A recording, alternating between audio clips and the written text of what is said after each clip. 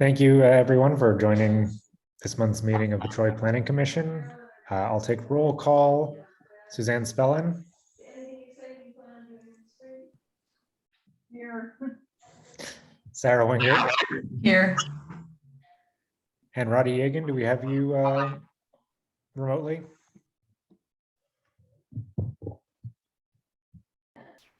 Okay, no Roddy yet. And I know Barbara Higbee is going to be joining us in person. I don't see her in council chambers yet, so I take it that she's not present. But we'll go ahead and get started with tonight's agenda. To start, we have to adopt meeting minutes from both the March and also the February meeting. The February minutes haven't been circulated. Chair, Barbara's walking into the room right now. Great, thanks, Aaron.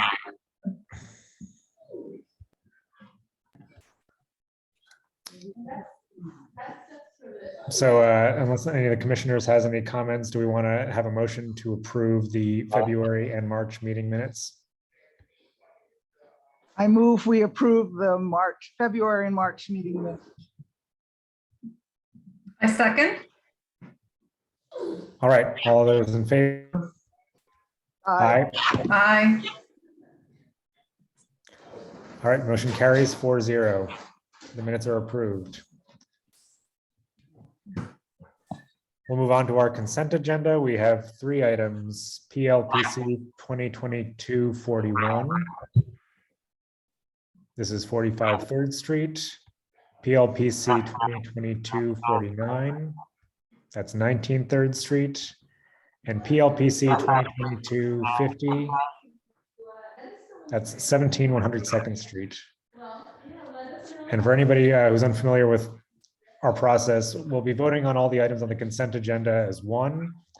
So if any members of the public came to comment on any of those items, please let us know now. We can move any of those items off of the consent agenda. They'll be moved on to new business, and we can separately hear any public comment. Otherwise, we'll be voting on all 3 items simultaneously. Do we have any members of the public who want to speak about any of those 3 applications? There's nobody here in chambers.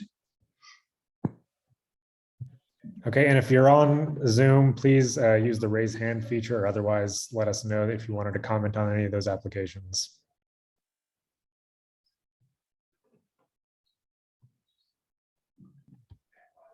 Okay, I'm not seeing any activity, so we can go ahead and move to approve all the items on the consent agenda.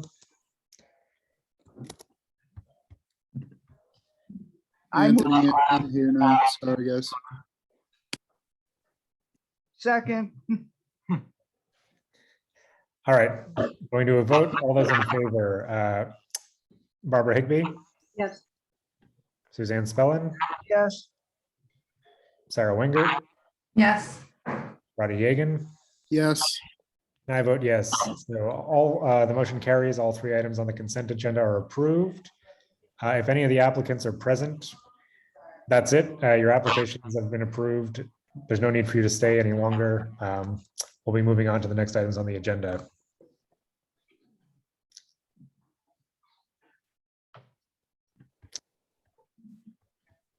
All right, so moving on to old business, we have 1 item, PLPC 2022-11. This is 487 Campbell Avenue. Do we have the applicant present? Derek Gribble is here with Kotler Architecture and Nick Rigioni, who is the applicant. Okay, did you want to make a presentation this evening? Sure, I'll just do a quick recap. I'm going to share my screen quick.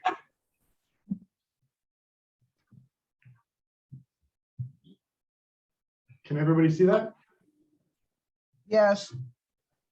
Yes. Okay, let me just see. Let's see. Oops. Hold on, I was trying to find my, oh, here we go. So the project that's being proposed is at 487 Campbell Ave, the 3-story mixed-use building with commercial tenants on the 1st floor, and then 4 apartments on the second floor and 4 apartments on the third floor. They're all 1 bedrooms. This is the site plan that we previously presented. We haven't made any changes to that. And then the building is, the architecture remains the same of the 3-story mixed use here.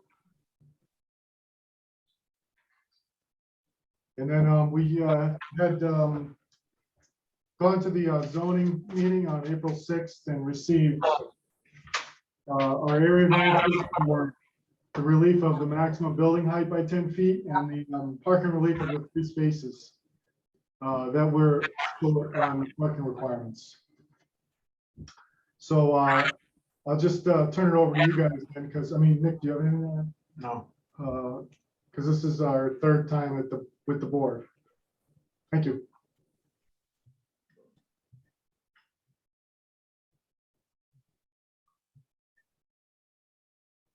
Okay. So I understand that the area variances that you saw from the ZBA were approved.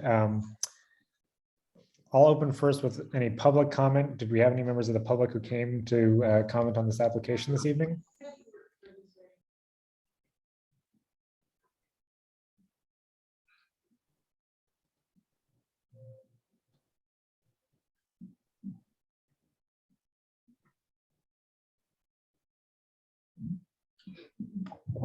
If anyone would like to speak with regard to this application, could you, if you're on Zoom, could you please raise your hand?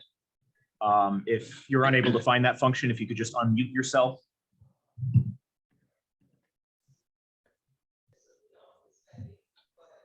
Chair, I don't see anyone wishing to speak. Yeah, I'm not seeing anything either. All right, well, then I'll open it up to commissioner comments. Oh, this is Barb. I still have the same comment I had last week. I'm glad you got your zoning approvals. That's all good. The only question I still have is why there's 25 feet, 25, almost 26 feet for your drive-through on the right-hand side of the drawing, and there's 23 feet. And that does have, it has the sidewalk on the Dunkin' Donuts side, but there's, for the pedestrian safety, anybody that does park in these 7 front spots, there's absolutely no sidewalk, and all you'd have to do is slide the building. I've said this 3 times the last meeting, slide it to the right and make some kind of a sidewalk. Hopefully it would be a raised and have a curb. And I don't understand why this pedestrian safety issue hasn't been addressed. Everything else, I don't have any other issue at all. I like the project.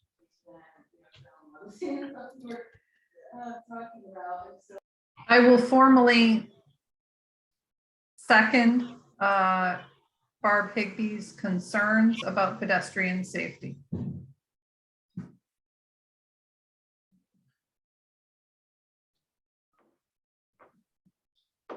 Okay, so if you want, if can I respond, or you want me to wait?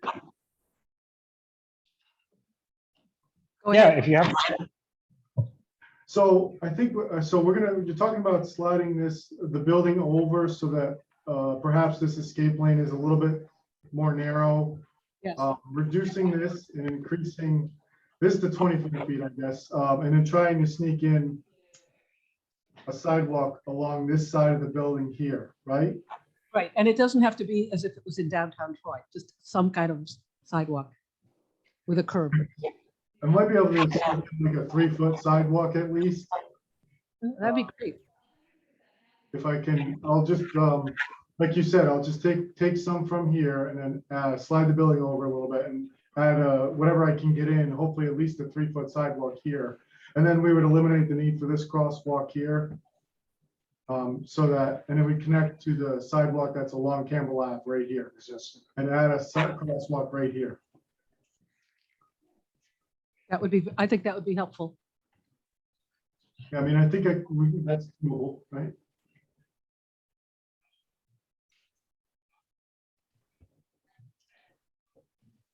Yeah, I also. Need the program. Maybe.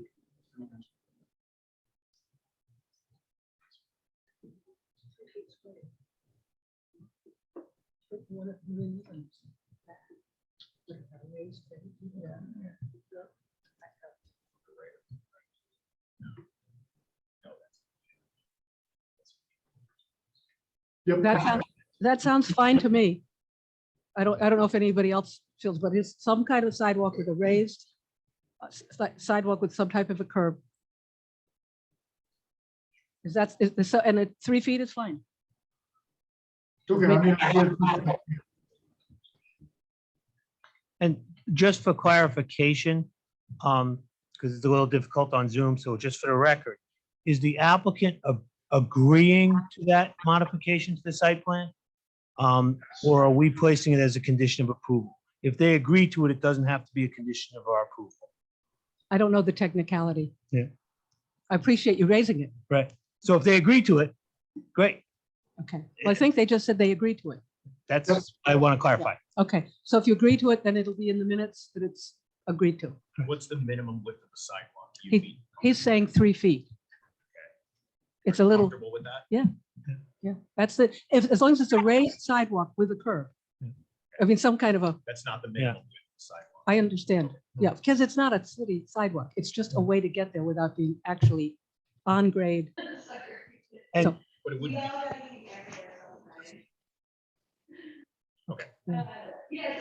just not to overlawyer it, but, and I did see you nod that you agreed to this modification, but for Zoom purposes, you could articulate it. yes, so we are going to revise this plan to show at least a 3-foot sidewalk to the west of the proposed building by reducing the drive-through lane in width. Excellent, thank you. Okay, And this is Steve Stragman. I just like, so we're gonna get a revised plan so that we can approve that revised plan and forward that on to the building department. correct. We'll send you your revised plan tomorrow. If you can include our approval stamp as well on that set. I don't know if it's on this set. Okay. Do I get that on the website? Yeah, you can get that on the website, or if you can't find it, you can email me and I'll send you either a PDF or a DWG, whatever you need. Okay, thank you. Approval stamp. I'd like one more clarification, please, that the building is in conformance with the height restrictions of the zoning ordinance, or it has been granted a variance. Yes, we had that area variances on April 6th for the height and the parking. Thank you. I think you said that earlier, but I couldn't hear it. Thank you. No problem.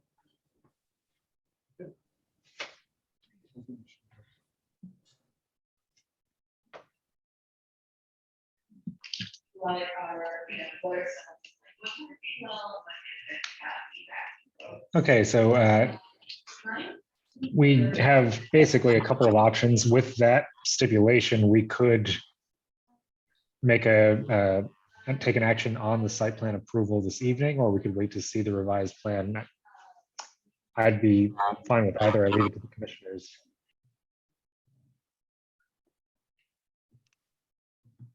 I think Andy worked out a process where we could approve it tonight.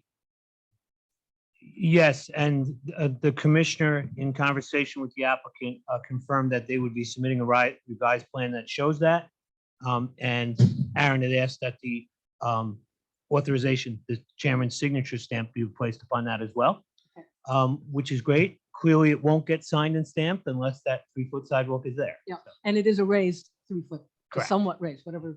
And you decide. I would also add that I was not at the ZBA meeting, but I suspect that they did their own independent secret determination prior to granting the variances.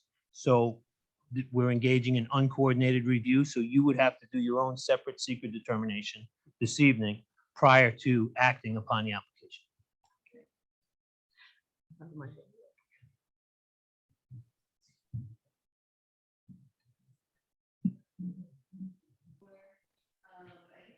Andy, you were addressing the commission. Is that true? I was. I was just reminding everyone that this is subject to seeker as an unlisted action. So before you consider the merits of the application as modified, someone would have to make a motion for a negative declaration on the seeker. Okay, because my recollection was we left it to the zoning board to declare themselves lead agency since we expected the height restriction to be a somewhat more contentious issue for seeker review. And again, I wasn't at the zoning board meeting, so I'm not sure how they did it, but They did not act as a coordinated agency. yes, the safest course of action is for you to consider a negative declaration under uncoordinated review. Got it, understood. So in light of that, we'll need a motion for a negative declaration as well as a motion for site plan approval. This is Sarah Wenger, and I make a motion to declare negative declaration on this unlisted action. I second. Okay, all those in favor, Barbara Higbee, Yes. Suzanne Spellin, Yes. Sarah Winger, Yes. Roddy Yagan, Yes. and I vote yes. Motion carries 5-0. And do we have a motion for site plan approval? This is Suzanne. I move that we approve the site plan. I will second that. This is Roddy. Okay, going to a vote, Barbara Higbee, Yes. Suzanne Spellin, Yes. Sarah Wingert, Yes, with the condition that a revised site plan be issued to include the 3-foot wide raised sidewalk. thank you for the clarification. Sorry, yes, that's the motion, is not the site plan that's in front of us, but a site plan revised as agreed upon by the applicant. And Roddy Yagan, Yes. and I vote yes. Motion carries 5-0. So the site plan is approved with that stipulation. So it's on the applicant to submit the revised site plan to the planning commission, and then they can forward that onto the building department. Okay, Thank you. thank you. Thank you very much, guys. We will get that submitted as soon as possible.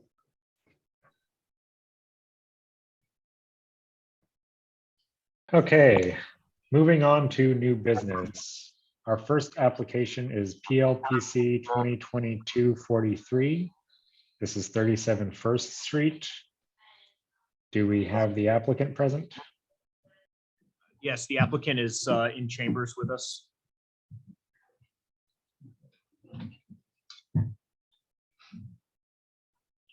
There's a little switch on the bottom of that microphone. It only goes one way. Yeah, perfect.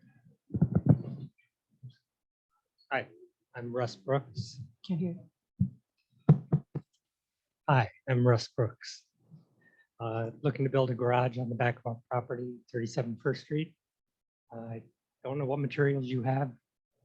I can,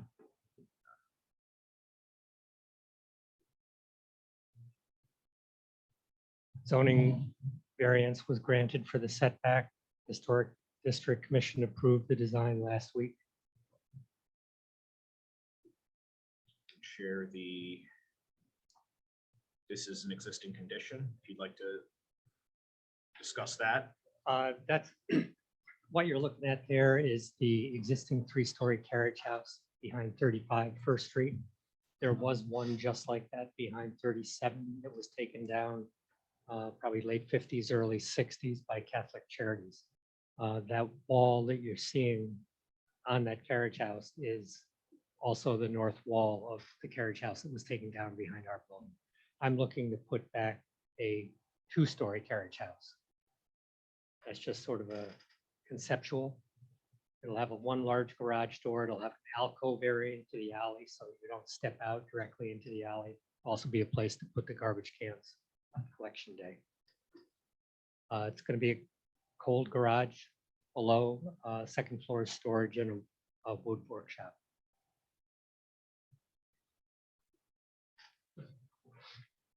It'll be all concrete block, which was approved by the Historic District Commission. And the side facing The house will be a brick veneer.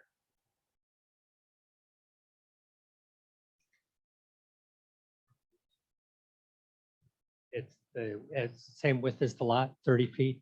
It'll be 24 feet.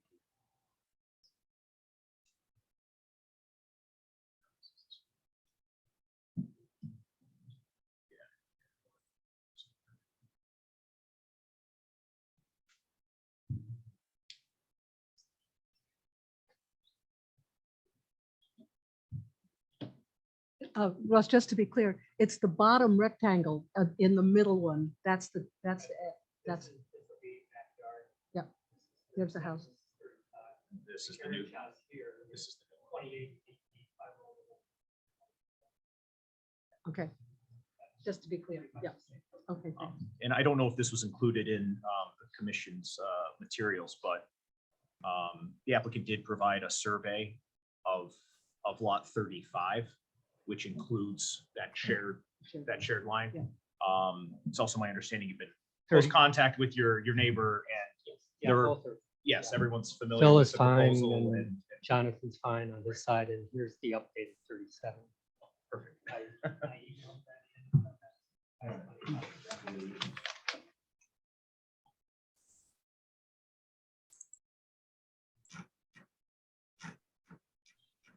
So when we get to permit status, then that'll be updated by the architect and the engineer with the building placed on that survey.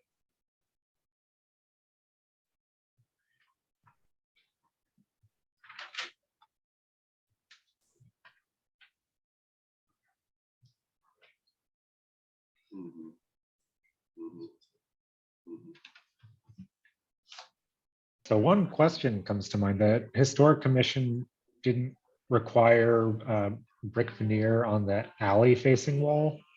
No, they did not. We discussed painting the concrete block, and the decision was that it's just a more honest approach to leave it as concrete block. There are 3 or 4 other structures on the alley there that are concrete block. The wall behind 39 First Street, immediately adjacent, and the building across the alley is also concrete block.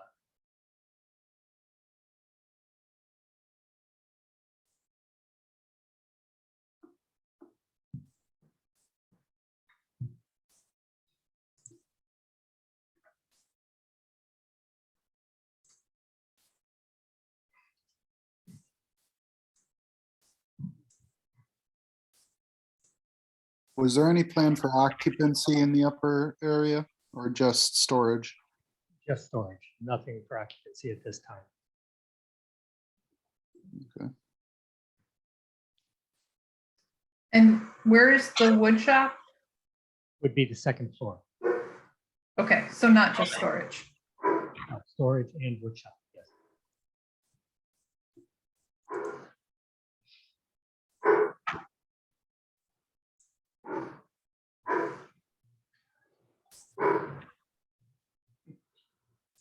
Anthony, do you want to move this along?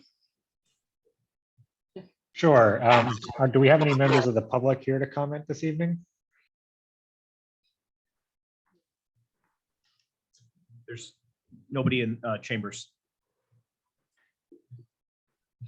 If there's anyone on Zoom, please raise your hands or unmute yourself, or otherwise indicate that you wish to speak.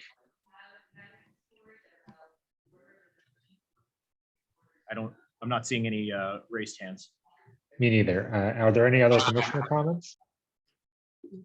Yes, I am surprised with the historic review.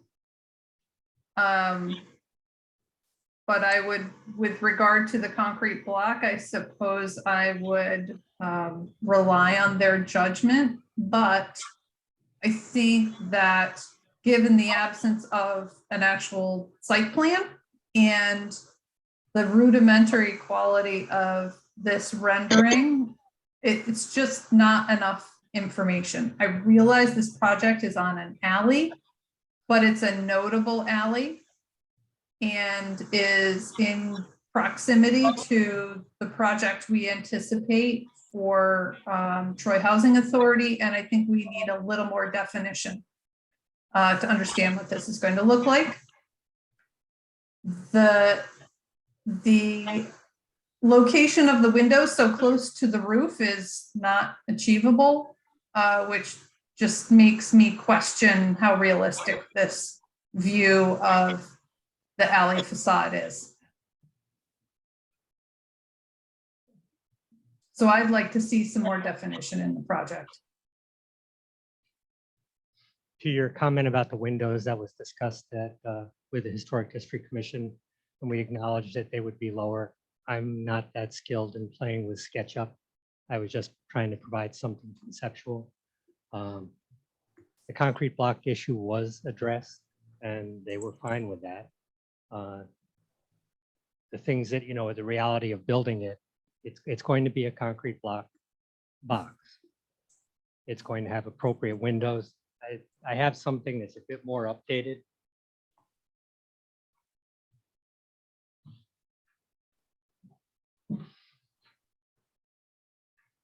I can give these to you. I don't know how to say it. I think I may have those in there. I don't know if you have those. It just has some windows in there, lowered a bit. It has the garage door and the man door. Yeah, I see, I realize it's on the alley. I see this as a new 2-story construction project, and I think it needs more definition. Russell, did you say that the wall facing the house will be brick Yes, on Yes. top of the, yes. just the so veneer on that it's side. the alley and it's the alley. Yeah.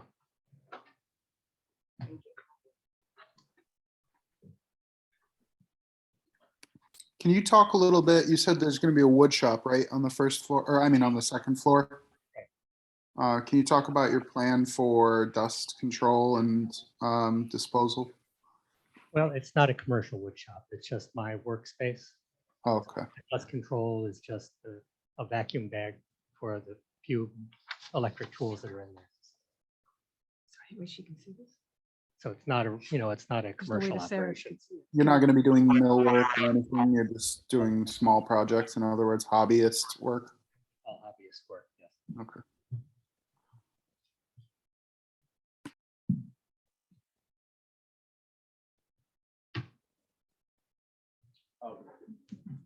Is there a structure on the property adjacent?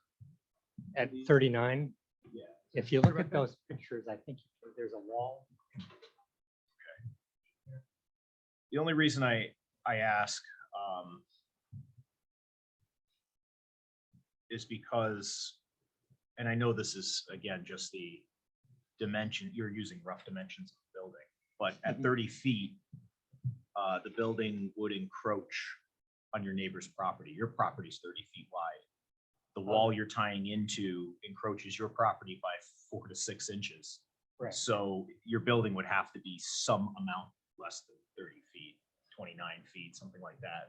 Well, Otherwise, actually, you know, otherwise you're going to be over your line on the other side. Yeah. That's a common wall. Yeah, about 5 inches of that wall is actually on my property. Right. And Your the property's other- 30 feet right, wide. Right. So if that wall's 5 inches on your property and you build 30 feet from there, you're going to be 5 inches on your neighbor's property. No, I'm not building 30 from there. I'm building 30, including that wall, including the portion of the wall that's on my property. So it comes out directly on the neighbor's property. Okay. All right, that.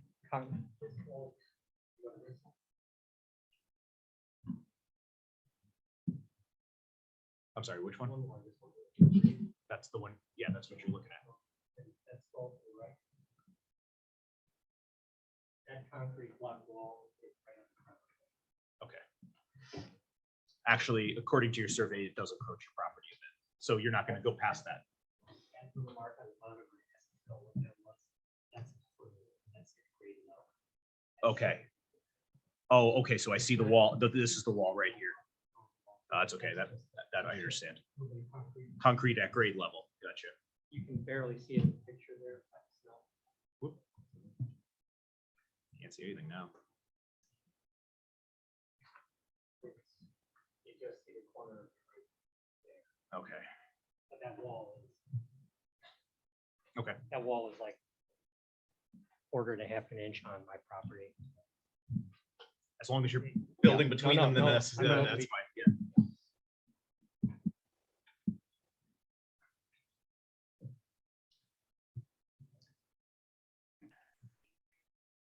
I don't, I'm sort of at a loss. I don't have any problem with the cinder block.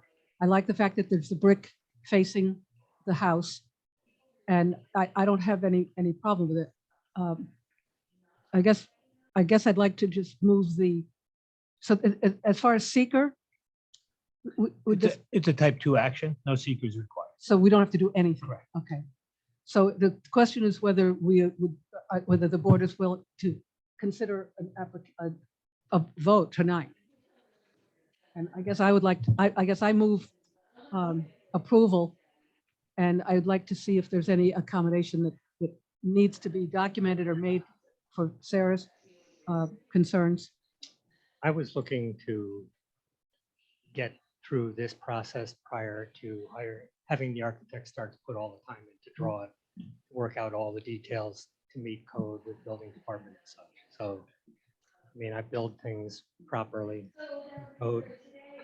I guess the question is, So- if you've said you are willing to change the windows and we've seen something here, Yes. but Sarah can't Yeah, see it. I mean, there'll be 6/6 windows. Can you that are make sure restored. can you hear Sarah? I'm not prepared. She doesn't want, What, this commissioner is not prepared to approve the project tonight. I also would like to see a little bit more definition in the drawings that are being presented to us. Yeah, it's a 2-story building in downtown Troy in the historic district. We need a site plan.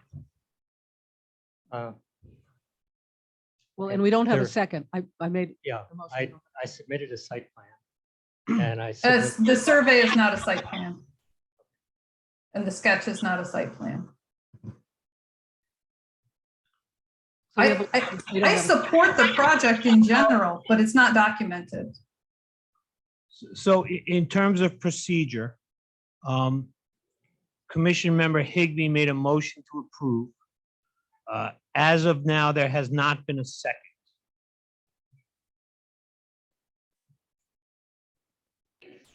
And there are two state- commissioners asking for further documentation.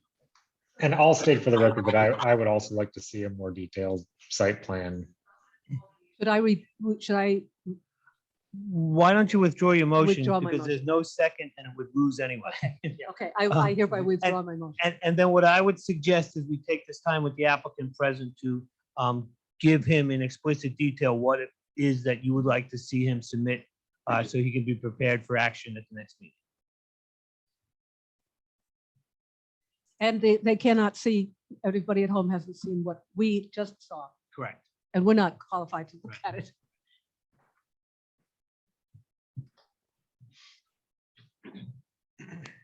I will make a list of recommendations for the applicant for submission. For the site plan can be simple, but should meet the requirements outlined on the site plan review checklist. And we should see elevation drawings of every exposed facade. So that would be, I believe, west, south, and east. If I understand this correctly, maybe north, You are correct. indicating material elevations and window types and sizes. okay, that's fine. It's all elevations, whether you see them from the public right away or not. Just Okay, thank you.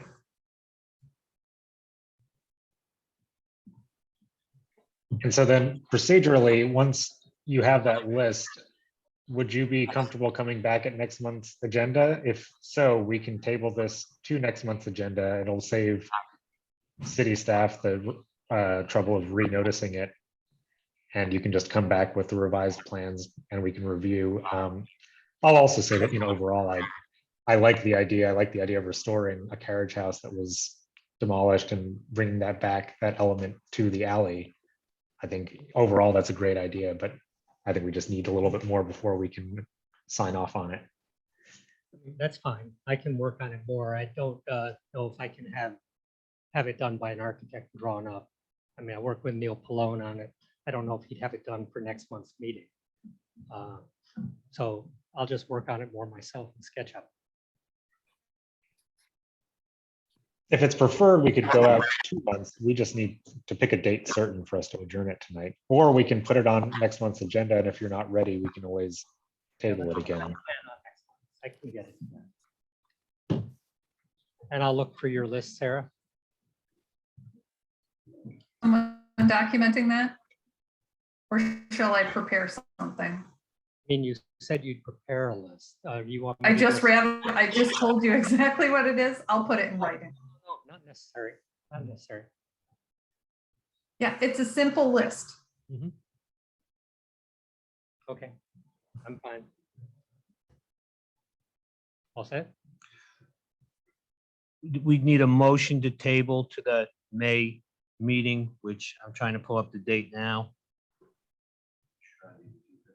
May 18th. I'll move I the make a table this motion. up. Oh, then I'll second.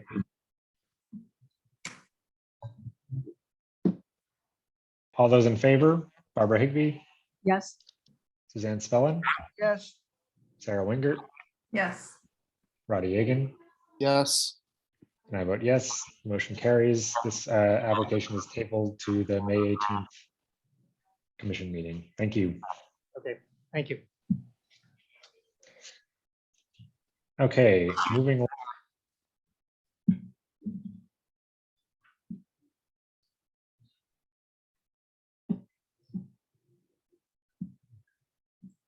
Anthony, I think you muted yourself.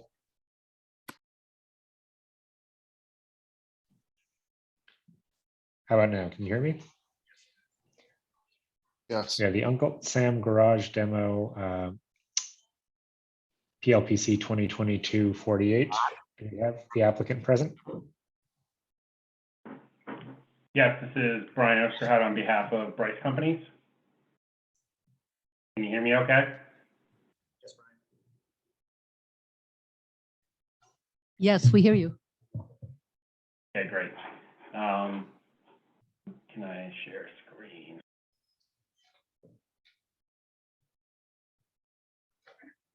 Give me for 1 second.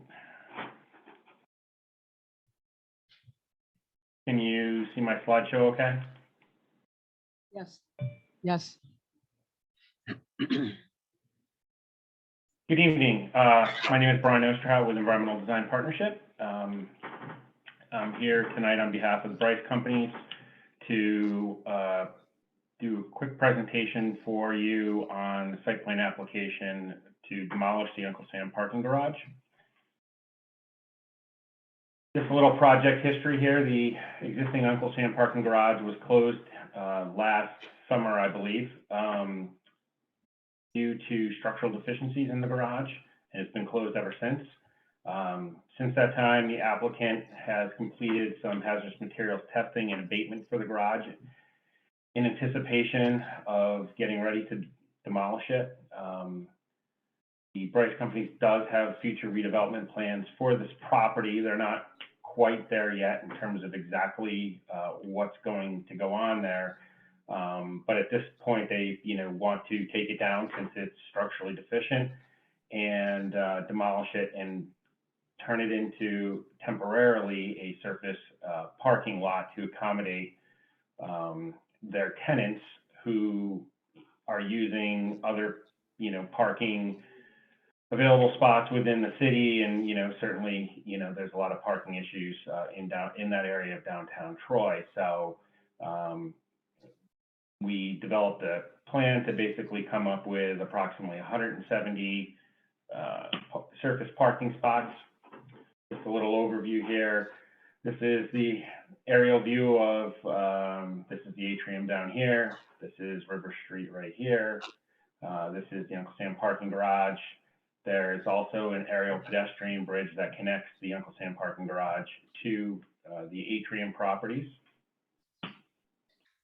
Some existing photographs, I'm sure most of you are familiar with this. It's a fairly notable structure in this section of Troy. This is looking from River Street and Fulton, the corner, towards the parking garage. This bottom picture here is from Fulton and 4th. The top picture here is an existing condition view of Fulton Street, looking at that aerial pedestrian bridge that connects the atrium and the Uncle Sam parking garage. And this bottom photograph is the northern side of the parking garage between that and the hotel. So the proposed project at this time is to demolish the existing parking structure. Before a demolition permit can be issued by the city of Troy, we are required to come before the planning commission. So that's why we're here tonight. As I mentioned, the intent is to provide temporary surface parking lot for approximately 170 vehicles. And as I'll show you on the site plan, there are also accommodations for Cdta bus loading zone on the north end of the property. Going over the site plan, it's pretty basic as it's a surface parking lot, but this is the configuration. It's about 1.7 acres. As I mentioned, we have about 170 spots. We do have accommodations in this section, and which I zoom into in a minute on the slide, for paved ADA parking. The rest of the surface of the parking lot, since it's temporary and it's going to be redeveloped, seems like an awful waste to pave this thing. So the intent is basically to do two different surfaces. One is a dense crushed stone surface. In here will be striped and lined accordingly. And then in the northern part, a slightly different section that is more of a pervious gravel section here to aid with stormwater infiltration. Basically, the natural grade of this site slopes towards the north from the south to the north. The intent was to pick up stormwater here and also add a structure. We did do turning movements on this, and as I'll show you in a zoomed in section, this corner, which would be the southeast corner, is really a construction staging area that's to be used as part of a separate application for some of the construction work that's, well, for the demolition on this lot, but also it could facilitate the redevelopment of the atrium property, which I talked to you about last summer prior to this building being closed, and hopefully we'll be back in front of you very shortly in the next month or two for that project. So as I mentioned, there are two kind of areas I wanted to zoom in on. One is this southeast corner. This is the area that is construction staging area for the demolition of the garage as well. And then, as I mentioned, this bottom blow up area here shows that we will provide paved ADA compliant parking spaces for those who want that accommodation within this surface parking lot. I know that there were some concerns or questions about the turning movements from 3rd Street onto Fulton Street. So you can see here, we ran a 62-foot tractor trailer turning movement from 3rd Street onto Fulton Street, and it did make the swing. I know that was one of the questions that came up in the initial review. I also know that there was a question about the demolition routing for the demo debris of the trucks.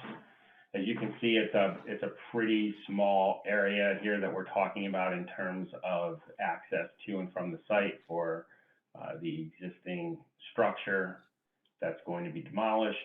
Basically, coming over the Green Island Bridge, come down River Street, down Fulton Street, stage in this southeast corner, as I had mentioned, head north on 4th Street, and then go back over the Green Island Bridge. So that was provided as well recently to the city.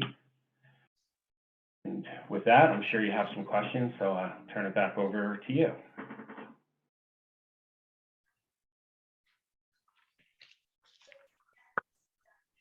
Thank you. Did we, any of the commissioners have any immediate comments, or would you rather go to the public first?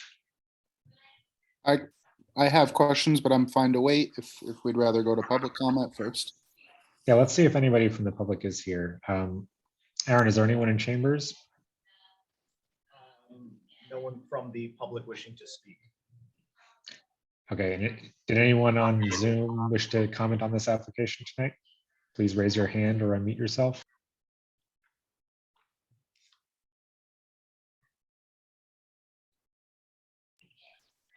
Okay, I'm not seeing any members of the public, so Roddy, why don't you go ahead? Thanks, Anthony. So I guess right off the rip, I may need some of the more experienced commissioners to help me here, but when I look at the project just as the demo portion of something to come later, I see an opportunity for some placemaking in this space here, especially in conjunction with the future project for the atrium. So I'm wondering what drove the design towards just a flat lot? Is it just to simply replace the parking spaces that were there? How did you arrive at the number of spaces that you're installing there? And did you consider somebody talking or no? Sorry, is that just my feedback? And then was there consideration given to doing some more of a communal space in the footprint of the existing lot? Yeah, thanks for that question. So this is just a temporary plan. So this is, they're going to demolish the existing parking structure, and while they're advancing development plans for this parcel, they want to use it for surface parking lots due to the fact that so many parking spots have been displaced once the garage closed for their existing tenants. Obviously, you know, they have a lot of commercial tenants that lease space from them, and they need these spots sooner than later. So from a placemaking perspective, this is never intended to be a parking lot for, you know, the next 10 years. This is a temporary surface parking lot to accommodate, you know, parking for the tenants while plans are being advanced and hopefully submitted to you shortly for the redevelopment of this parcel into a higher and better use. So this is just a temporary plan. Do you have a gut sense even of what that time frame looks like? How long do you think it would exist in this iteration, in this form? Sure. So very good question. I don't have a definitive answer for you. I have spoken with the applicant about that. He's been, there are some plans for a Cdta transit center for half of this property that I believe are being advanced. We are not currently the consultants working on that. And I know that there's a meeting between the applicant and Cdta on Monday to go over some things as it relates to that. And I believe the other half of the development, is still to be defined. It might be a hotel. It might be a mixed use building. But from my perspective, the applicant is eager to go. I would guess that those plans would be submitted to the city within the next 18 months. So, my understanding of timelines. Are the 170 spaces required to serve the existing needs, or is that just above and beyond what they need? Is that also for additional, revenue or income from paid parking? Yeah, that's a great question too.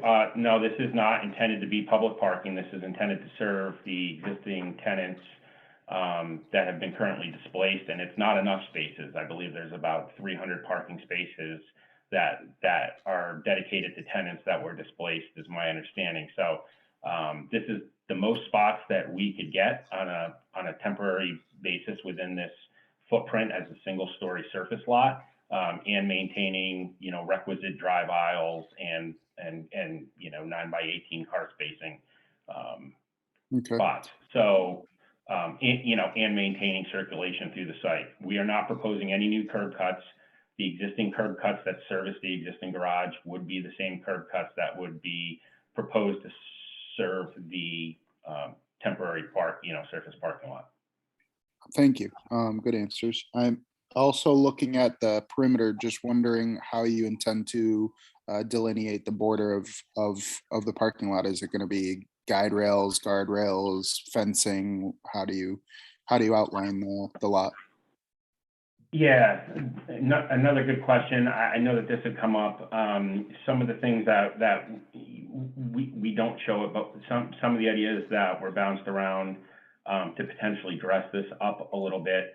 Should this, go longer than, let's say, 12 or 18 months, again, because it's intended to be temporary. So, the idea is not to construct anything expensive and, long-term that's going to be ripped out as part of the redevelopment of this parcel. But certainly, there could be some select plantings in certain areas, to better define it. The idea of a fence was floated around, but the problem with the fence is, you're worried about, that kind of getting beaten up, and, the look and the wear of that. So I tend to think if the commission is interested in kind of delineating, between the sidewalk and the edge of parking for this, something maybe of some select plantings that, certainly could be moved or, put into better use following the temporary use of this, might be appropriate, something to that effect. Just an idea, and again, I don't know how to articulate it the right way, but I could see maybe some very, very cheap temporary low wall or like varying board height thing as a space for maybe either community flyers, even art installations, something like that, just along it as temporary boundary between the lot and whatever surrounds it at any of the sides, or for a portion of the perimeter on select streets, whatever makes the most sense. But just considering some kind of unique installation there that's really cheap, nothing permanent, just to kind of whatever, add something to it. That's all I had. Thank you for your answers. Sure. I've got a couple questions. As the drawing shows, the truck going into the holding area, is that the general path? Where do the people come in? I mean, are they coming in off of River to park in there, or are they coming through the truck entrance? Yeah, so there's two entrances, which are the existing entrances to the garages. The existing curb cuts are to be maintained. So there'll be an entrance off of River Street and an entrance off of 4th. Okay. My other question is, I think, or it's a comment really, I think you're going to need some kind of a fence, or people might be pulling in all over the place. And how are you going to, you need something to stop the public. If this is not a public parking lot, you're going to need some kind of way of not having the public parking in it. So, I guess that might come at a later date. And my last question is, in the wintertime, where's the snow going to go? Yeah, so there is a little room between the parking lot and, the sidewalk. Obviously, if we had a big storm and they run out of, snow storage areas, just like they do or did maintain with the top of that deck, they'll have to remove that snow accordingly. So, that's certainly something we can work out. Okay, thanks.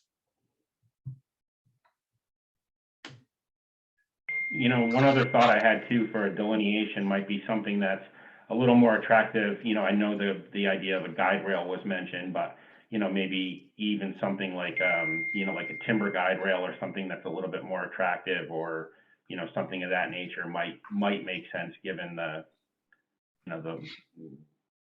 look of it. It might be more appealing, just a thought, if that's something they wanted to see instead of plantings.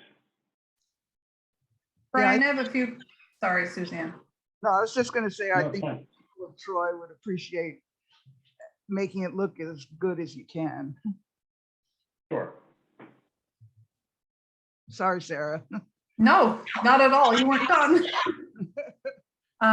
Okay, I have a few questions, but I'd just like to react to a couple things that Suzanne questioned or suggested. I think a fence, in my opinion, is not really a good idea because it would conceal what's happening in that lot. And I think visibility is actually important for safety. This is going to be a huge expanse of nothing for a while. Although I'm really excited for it to be parking. I think it needs to be safe parking. And if there's any way to save some of those trees along River Street, and there are a couple on Fulton, if I recall, I think make every effort to do that. Even if they end up dying, let's try to keep them because they're decent trees.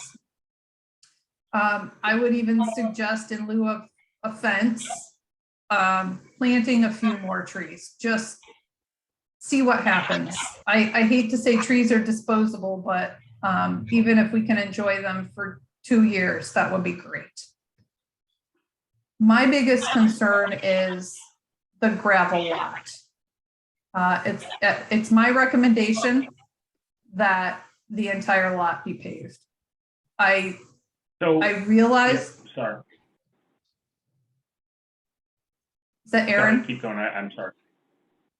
No, it was Brian. Sorry. Oh, okay. I realize it's temporary, but because this project is not officially linked to any other development, I'm slightly uncomfortable considering it to be temporary.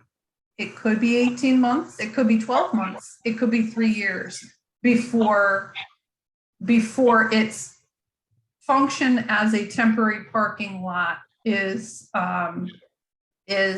superseded by a construction project. And I think the quality of parking need is there. And I have absolute confidence that if it's a paved lot, there will be more spaces available for revenue. And it will simply be a much higher quality amenity on that really important block. Yeah, so just a couple things to know, and Okay. and sorry, I was just going to say, and so just to give you an idea of cost, I did run some numbers on that. So you are talking very close to $200,000 in just asphalt costs alone to pave that lot for a temporary condition, and it's also asphalt that's essentially going to have to be put down and then, you know, deconstructed from an environmental standpoint. The crushed stone could actually be reused for a lot of purposes for the redevelopment of that site as construction goes for whatever its future higher and, you know, future intended better uses. So, and again, too, on the revenue side, remember, this is for his existing tenants. It's not a paid public parking spot. So he's not, there's really no revenue stream that's coming in for this. It's really just to use it after the demolition of the existing garage prior to what its higher and better use is. So who are those tenants? I don't disagree with you that, you know, the gravel is probably going to have to be restriped from time to time over 12 or 18 months, you know, and maintained for sure. But, you know, I think from an environmental and a cost perspective, that idea of a paved parking lot is going to be very difficult to swallow. From an environmental perspective, I agree with you 100%. The thought of laying down a product like asphalt and then throwing it in the garbage is awful. Is there something in between? I'm really asking, is there a middle ground? Is it gravel? Or- Yeah, I can answer that. Yeah, I mean, if it were to be paved and milled, the millings can be reused and reincorporated into new asphalt, but it totally slipped past me that that was being proposed as gravel. So, I mean, I tend to agree with you about this needing to be asphalt. How many square feet is it? Call it 68,500 square feet. Thank you. So if you do a calculation and you say 3 inches of asphalt, which would be your minimum for vehicular parking, you're coming up with at 150 pounds for the conversion of asphalt. You're coming up with about 1,200 tons of asphalt at about 125 to 100, and depending on the price of gasoline this summer, $150 a ton. You're well north of 150,000, and that's just for the asphalt. We're going to have to put in 12 inches dense crushed stone for that to support that as a sub base. So and then we'd have to change the stormwater design accordingly, because now I'm not infiltrating any stormwater on the northern end of the parcel. So listen, I'm sure the applicant would love to pave this thing from a simplicity standpoint, and I understand that, but it's a big cost for a very temporary condition in his eyes. So that's just, I'm sure everyone would love it paved, but I just don't know that the pro forma works for him to do that. But that's not for me to decide. so Brian, can you tell us, and Barb, I see your hand up, but I just want to push this a little bit further. Is there a detail in the set of drawings that shows me that the composition of the gravel? I don't know how you maintain that lot for 170 parking spaces over a minimum of 18 months and have it be successful. Yeah, there are details. Yep, there are details provided as part of the site plan application. There's 2 different details for the gravel sections. One is for the pervious gravel section that's on the north end of the parking lot, and which is only about a third or a little bit less than the parking lot, and then the general crushed stone area that makes up the I'll say the southern 2/3 of the parking lot.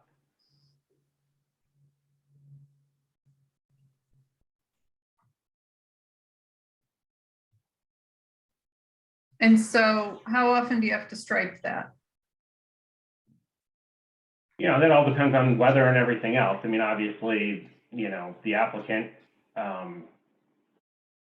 has to maintain it so that it's visible. It's just, but it's, there's wear and tear on it, just like when you paint an athletic field, right? It gets wear and tear, and you gotta, cue up the lines from time to time. So I don't have a definitive timeline on that, but obviously, that's certainly something we can, add in there. And, same thing with the timeline. I hear you. I don't think if I'm a commissioner of a city planning commission that I would want to, see this thing as a temporary surface parking lot, as a gravel thing for 3 years, as you mentioned in your time frame. I think it would be, appropriate. And I don't think the applicant would necessarily have an issue with some kind of time frame being associated with, whatever condition on the, hopefully future approval of this, to make the commission comfortable with it. Certainly could be conditioned. Brian, will you, sorry, just clarify, the permeable gravel pavement section is located in what part of the lot? And can we look at that drawing It's the again? northern part of the lot. Yeah, Sarah, if you look on page, the 7th page of the PDF, I don't know if you have the application open. I do. Mhm. Yeah, that drawing. It looks like there's a line about a third of the way to the right, delineating the separation between the gravel parking service and the permeable gravel surface. Brian, can you share your screen again for those of us who can't see it? Of course. And Bear with then, me for 1 second. yeah. I think it's got a different hatch on it too. It does. Yes, Sir, so can I- can you see my cursor? Yep. Right, okay. So this hatch pattern on this northern end of the garage here is the permeable section of gravel. It's you know, gravel itself is generally considered an impervious surface. That's this portion of the lot. So I had mentioned it's really just this northern quarter, or third, whatever. I guess it'd be closer to a third or a quarter, somewhere in between there. That's more of a porous section, as DEC had come out with some pervious gravel details that they've approved for solar sites that we've been using. As you know, solar's very prevalent these days, and so you know, these are used to try to minimize the environmental impact and infiltrate stormwater accordingly. I should have mentioned that obviously we're over an acre of disturbance on this project, so this project is subject to the DEC Speedies general permit for stormwater discharges associated with construction activities. So we have provided SWIP and stormwater controls. This is considered redevelopment under that, because this is already developed site, so we can take some credits for that, but there are some still measures that we have to do. If you want, I will skip to the details, bear with me. Right, so this is your permeable gravel pavement section detail here. So this is your northern quarter of the lot. It's got a plastic permeable paver system, such as True Grid. We've used that in instances. And then the size of the stone in here is 3/4 to 1 inch clean washed angular crushed stone. And that's about 18 inches thick. And then it's got a 4-inch PVC, perforated PVC under drain in here to collect that. And then the whole section itself is underlain with a geofabric. The crushed stone section, which would be the southern 3/4, is right here, which is an 8-inch gravel sub-base course, which is your typical sub-base that you see under asphalt and so forth. It's got less permeability to it, obviously, which is why we are not calling it a permeable section. And same thing, a woven geotextile construction under this. So it's fairly thick. It's not like we're putting down 2 inches of crushed stone in here and, you know, it's going to get all torn up. It's a fairly substantial section. So so why are you using these two in summary? Why do we have two pavement section types? Yeah, so one is the gravel pavement is used in the area that are the higher elevations within the site, where the stormwater is going to hit this and flow down. And then for stormwater practices, which we're required to do again because we're under the Speedies general permit for stormwater, we're using this permeable gravel pavement section down in here to account for the measures that we have to do under the stormwater regulations. And is this pavement section more expensive than a fully asphalt paved section? No, so even if you have so let's just talk about pavement. I mean, generally speaking, under pavement for vehicular, depending on the soils, you're going to have a 8 or a 12-inch section of sub-base that's going to be similar to this, which is your southern 3/4 of your site. So it's going to be at least this thick, if not thicker. And then that'll have at least a minimum of 2 inches of binder course over that and an 1 to 1.5 inches of asphalt top course on top of that. So no, it is not a more expensive treatment to do that. Although, irregardless, we would still have to do something for stormwater with the pavement. In this case, if the whole lot was paved, we might have to end up going to some kind of vortechnics type unit to treat for quality. So Mike, sorry to beat this to death, but why couldn't you use this permeable gravel pavement through the whole lot? It generally doesn't hold up as well with turning movements over time. So it's a slightly less strong section, if that makes sense to you. Just because of the way that it's constructed. Generally speaking, the regular crushed stone section is going to be a little bit more durable. And, you know, again, the other section is going to be more costly because it's 1.5 inches of stone versus, 18 inches of stone versus 8 inches of stone. So again, we're doing this to meet the stormwater requirements that we have to meet, but to use that over the entire parking lot wouldn't make as much sense, A, from a cost perspective, and B, from a durability standpoint. You know, over time, we find that this section probably will hold up a little bit better just because it's more densely compacted. Okay, I have one more question. Thank you. Maybe it's not a question and it's a comment. I would hope and expect that the entire lot is used for parking up until the time that a construction permit is issued for a future project that would render the lot inaccessible, if that makes sense. So therefore, it would not serve as a staging prep storage area until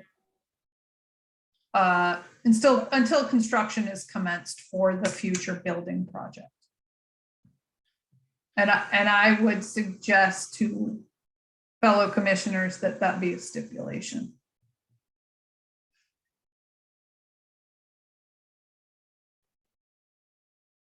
I still have one more question about the gravel. Is it compacted, and is there value? I mean, if after a year the gravel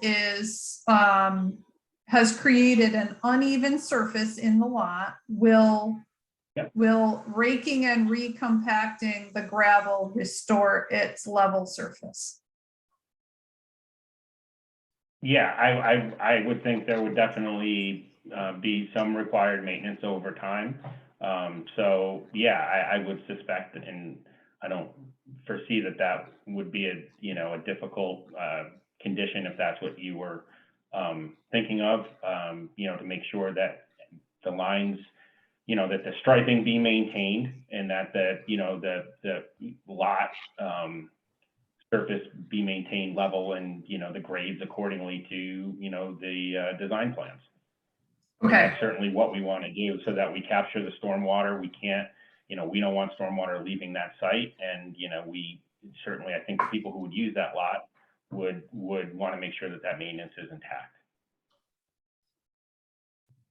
Sarah, another measure that could be added, you can add calcium to crushed stone, and it keeps it a bit firmer in the non-porous or non-pervious section here, to at least keep that section a little firmer and prevent some of the stone from raveling out. I'm really concerned about it being a mess. Yes. I am. And it could be if not properly maintained. I think that a big part of conditioning this approval would be maintenance requirements, both in terms of street sweeping as well, because you are going to have some stone leave the site onto the surrounding streets, adding that calcium flake to it to keep the dust down and keep the whole thing more solid, and then the striping maintenance. Thank you. And this is my last comment. I would push back on the notion that this is not paid. I know it's not public parking, but it is paid parking. Tenants pay for the privilege to park here. What about weekends? Is it going to be at all accessible for public parking on weekends? That's a good question. I don't know the answer to that. I can find out for you. My gut reaction would say that, again, it's for the, the tenants, some of which who might work on the weekends, but certainly not in the numbers that I would expect to see, Monday through Friday, 8 to 5. I don't. It's all about the It's farmer's something I market. can find out. I honestly don't know the answer to Got that. it. Whether or not, I do know this applicant is a big proponent of, the farmer's market and things of that nature. So there could potentially be some accommodations maybe for weekend events. I mean, certainly this is, the applicant is someone who embraces the downtown Troy vitality. So it's a good question. I guess I hadn't thought through the weekend use of it, but I can get back to you on that for sure. Do you want to say something? I was wondering if Aaron could make some comments, and the only comment that I have is listening to everything is I would very much, as Sarah said, I would very much like to see this demolished. I am okay. I think it does have to be gravel. I'm not crazy about paving it. I do think that we need to have some type of a maintenance agreement that it will be kept and reinvested in whatever. I wouldn't have any idea how to do it. I'm hoping Aaron could come up with something. But I think that basically that is the better way to go than paving it. And then again, I think any wall that would be, it's not a wall like a yard wall. I think that some type of a low thing that you can see through, just a safety thing. So those are my only comments, but I just can't imagine that paving it works. And if we leave it with the system they're talking about, it will have to be renewed. And I'm just wondering if Aaron has any thoughts on that. Sure. First, the use of subbase as a pavement is not ideal. Our code requires either asphalt, concrete, or another durable material that avoids dust and provides a smooth surface. Subbase can do that if properly maintained. Calcium's a great suggestion. It's used on construction sites all the time to keep dust down. I would actually suggest possibly using millings, asphalt millings, and doing a top course of that product. That can be rolled, tends to stay together, especially if it's put down in the warmer months. The heat can help bond it together, and it provides a fairly durable surface that doesn't have a lot of dust. It can be painted. The paint will stick to that better than it would to gravel. And it really wouldn't change the stormwater much. I would say that the porous gravel that is being proposed, that is a acceptable parking surface. That's a tried and true method of providing parking. It isn't as durable, but it doesn't have the dust or the unevenness that can be found in gravel. Because you don't have the fines. Exactly, right. I mean, gravel is, look, I mean, we have dirt roads every spring. They go out, they grade them, smooth them out again. It can be done. That maintenance, obviously, the lot would have to be shut down, it'd be restriped. It would, it does generate a lot of dust when you regrade subbase, or has the potential to generate a lot of dust. I think a modification to that surface, and then if the commission doesn't like the unknown timeline, they could ask that the applicant bond for paving that lot. That's a fairly common tool that planning commissions, planning boards have in order to make sure that the applicant follows through with what they're saying. So you guys could bond for the paving of that lot. And in which case, if the applicant doesn't come in front of the planning commission within the next 24 months with a more permanent plan for that lot. And that would be an avenue by which they wouldn't have to spend the money on asphalt, but you're guaranteed that if 2 years go by, it's going to be paved. Or 18 months. Or 18 months, 12 months, or, I mean, I think you just want to give them a reasonable amount of time to pull together that next plan. The other thing I would say is that certainly the entryways immediately off of the sidewalk should be paved at least, I don't know, 30 to 50 feet into the lot. That's going to help cut down on dust and things like that that's tracked onto into the roadways. And it's going to hold up to, those areas are going to be hit by vehicles harder than anything else. So you're going to want to have something, asphalt aprons of some sort at the entry points to the lot. Okay. And I don't know your experience with millings and if you think that that's an acceptable solution. I'm hoping that cost-wise, that's a fairly reasonable alternative. Aaron, Yeah, it's can you certainly just, something I'll run by the applicant.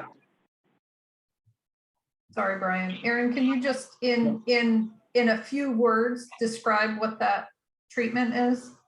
Sure.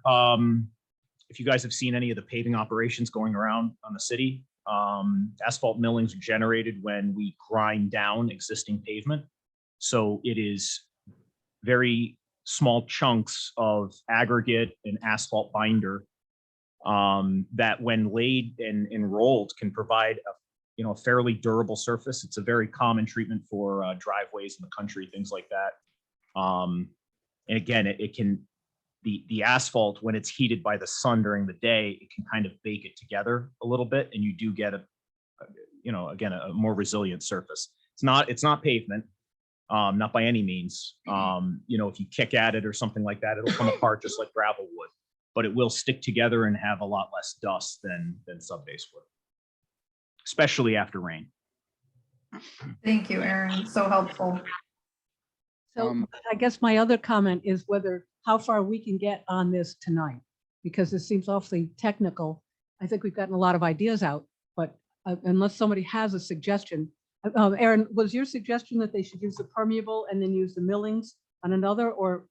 Yeah, I mean, if they want to use the permeable pavement where they have it, I think that's an acceptable surface. If they were proposing that for the whole lot, I wouldn't see an issue at all. I understand why they aren't. That plastic structure, there's quite a cost to that per square foot. Also the entire section, I wouldn't be surprised if that whole section actually costs more than asphalt pavement. But again, it's needed in order to provide the stormwater. So we're really talking about that other area where they're proposing 8 inches of type 2 subbase, whenever you see a roadway project that's being constructed, that's what goes down before they pave. That's that gray looking, gravelly surface. It's what you would consider, a dirt driveway or something like that, right? And that just has the potential to generate dust. And when it rains, it can become uneven. It's really a function of how long they expect it to be there. So I think, again, some sort of coating on top of it, millings might be acceptable. I don't know. Okay, so up to then the applicant. my question is whether, have gotten these ideas out, I think as a commissioner, I have no idea. So I think that we need to see what else they want to say after getting this input. Couple of things I want to bring to the commissioner's attention. One, they're actually requesting 2 things from this board. They're requesting approval of a demolition permit. And then they're requesting a temporary use of the parcel itself post demolition. In my mind, I think those are 2 separate requests. It's in effect a demolition permit approval and a site plan approval. So that being said, I haven't heard any concerns from the commissioners regarding the demolition itself. So one of the considerations might be, and it's something that the applicant may prefer, is bifurcating your considerations. Grant, because clearly there's a time lapse between when the demolition will start and when the parking lot will begin to operate. There is a time limitation. There is a time lapse there. So one of the considerations may be, and it's something I think we should hear from the applicant regarding, is whether or not they would prefer seeking their demolition approval sooner rather than later, and then continuing to work on the issues of the post-demolition use of the property. Something that you should consider and see what the applicant has to say.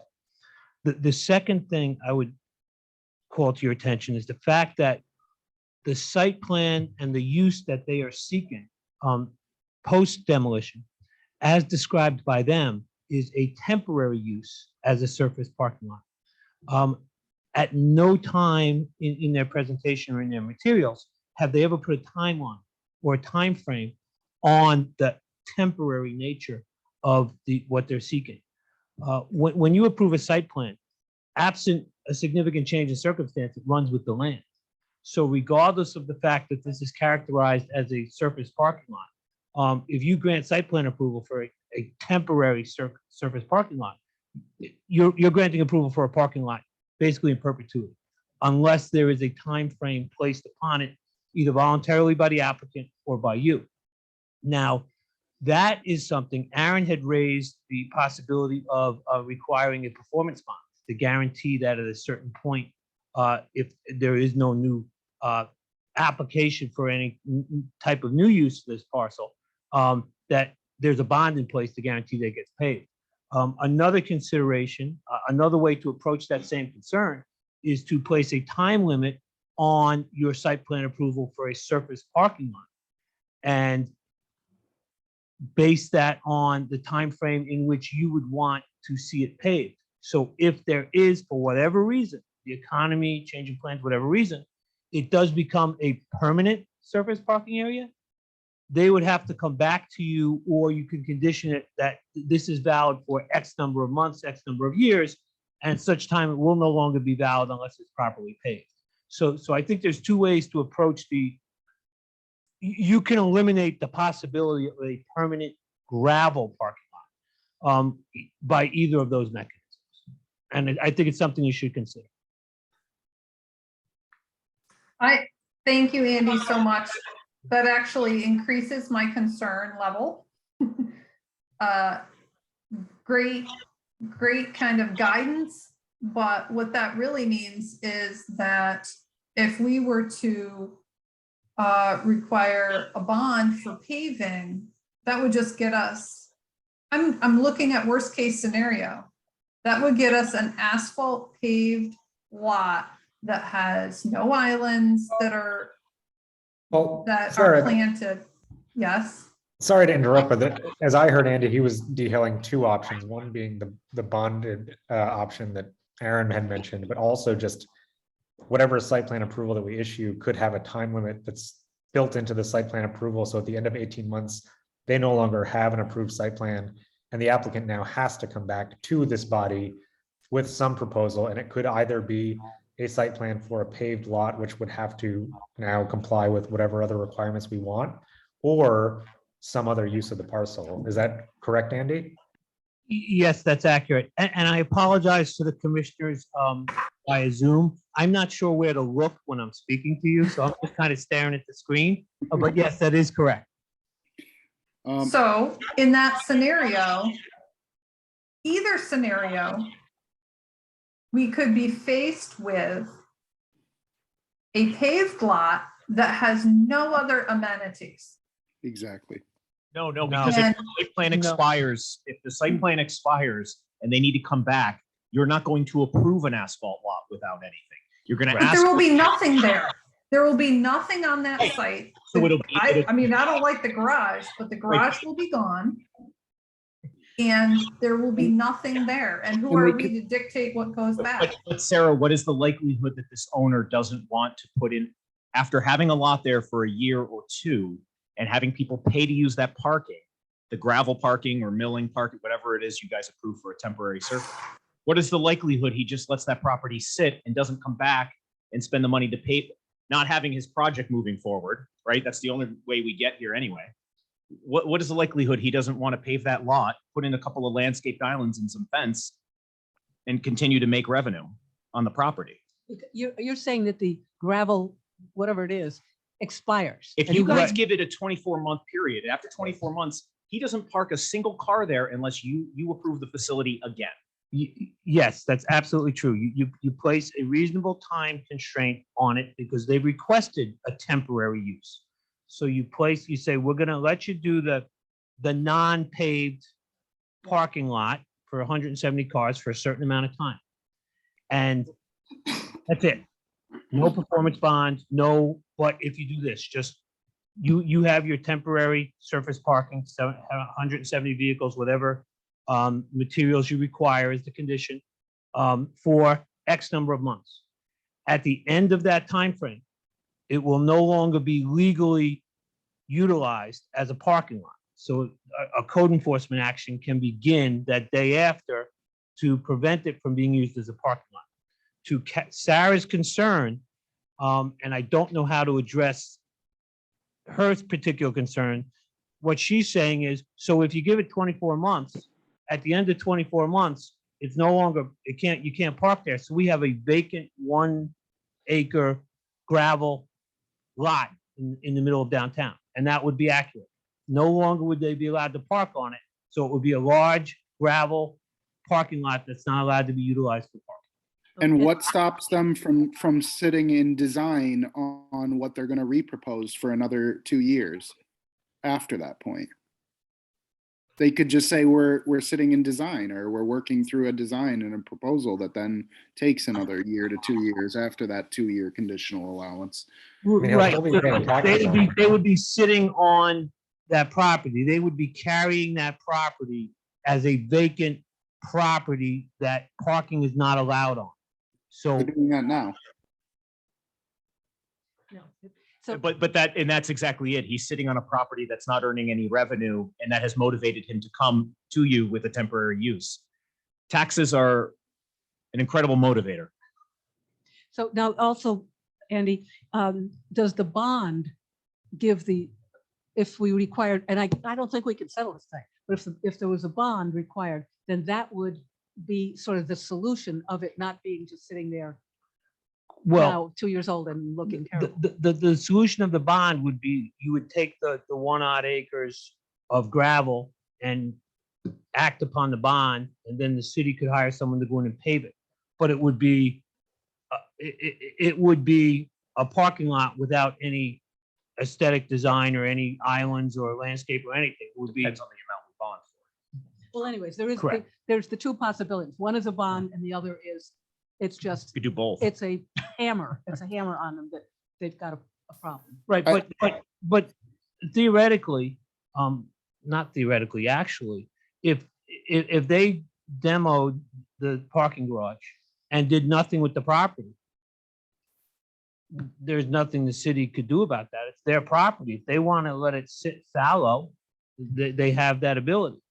What they're seeking is a temporary time frame to do surface parking, and they saying that they're coming up with a different plan. So if you give them the temporary uses to surface parking and it gets covered in gravel, and they don't come up with a separate plan, it's going to lay fallow because it can't be used as a parking area, but now it's a big expanse of gravel rather than just a big expanse of dirt where the parking garage used to be. I'm still not even comfortable with this just being a gravel lot. I mean, if, I don't want to be the negative Nelly here, but the condition of the lot that needs to be demolished is partially due to the maintenance issues that the owner has gone through already. So it doesn't give me great faith in the maintenance of a gravel lot over the next however long either. It's just food for thought. So I'm hearing a lot of different opinions amongst the commissioners. And I'll let on to my own thinking. I mean, my inclination is that whatever form we approve this in, that it be with a temporary approval for something like 18 to 24 months. I mean, depending on what the applicant is requesting. And I don't know if Brian wants to go back to the applicant and have that discussion with him to get a more concrete idea of what his timeline is first before committing to anything tonight. So my suggestion is that for tonight, we've had some suggestions about alternate materials. It may be beneficial for the applicant to consider some of those options that may assuage some of the commissioner's concerns about a temporary approval, if some of those alternative possibilities could be explored. And then maybe come back with a specific request for that temporary approval, because I think in any case, all the commissioners are relatively in agreement that we would not issue a permanent approval for the site plan in its current form. And we would only really consider a temporary approval that does time limit this use of the property. Is that fair?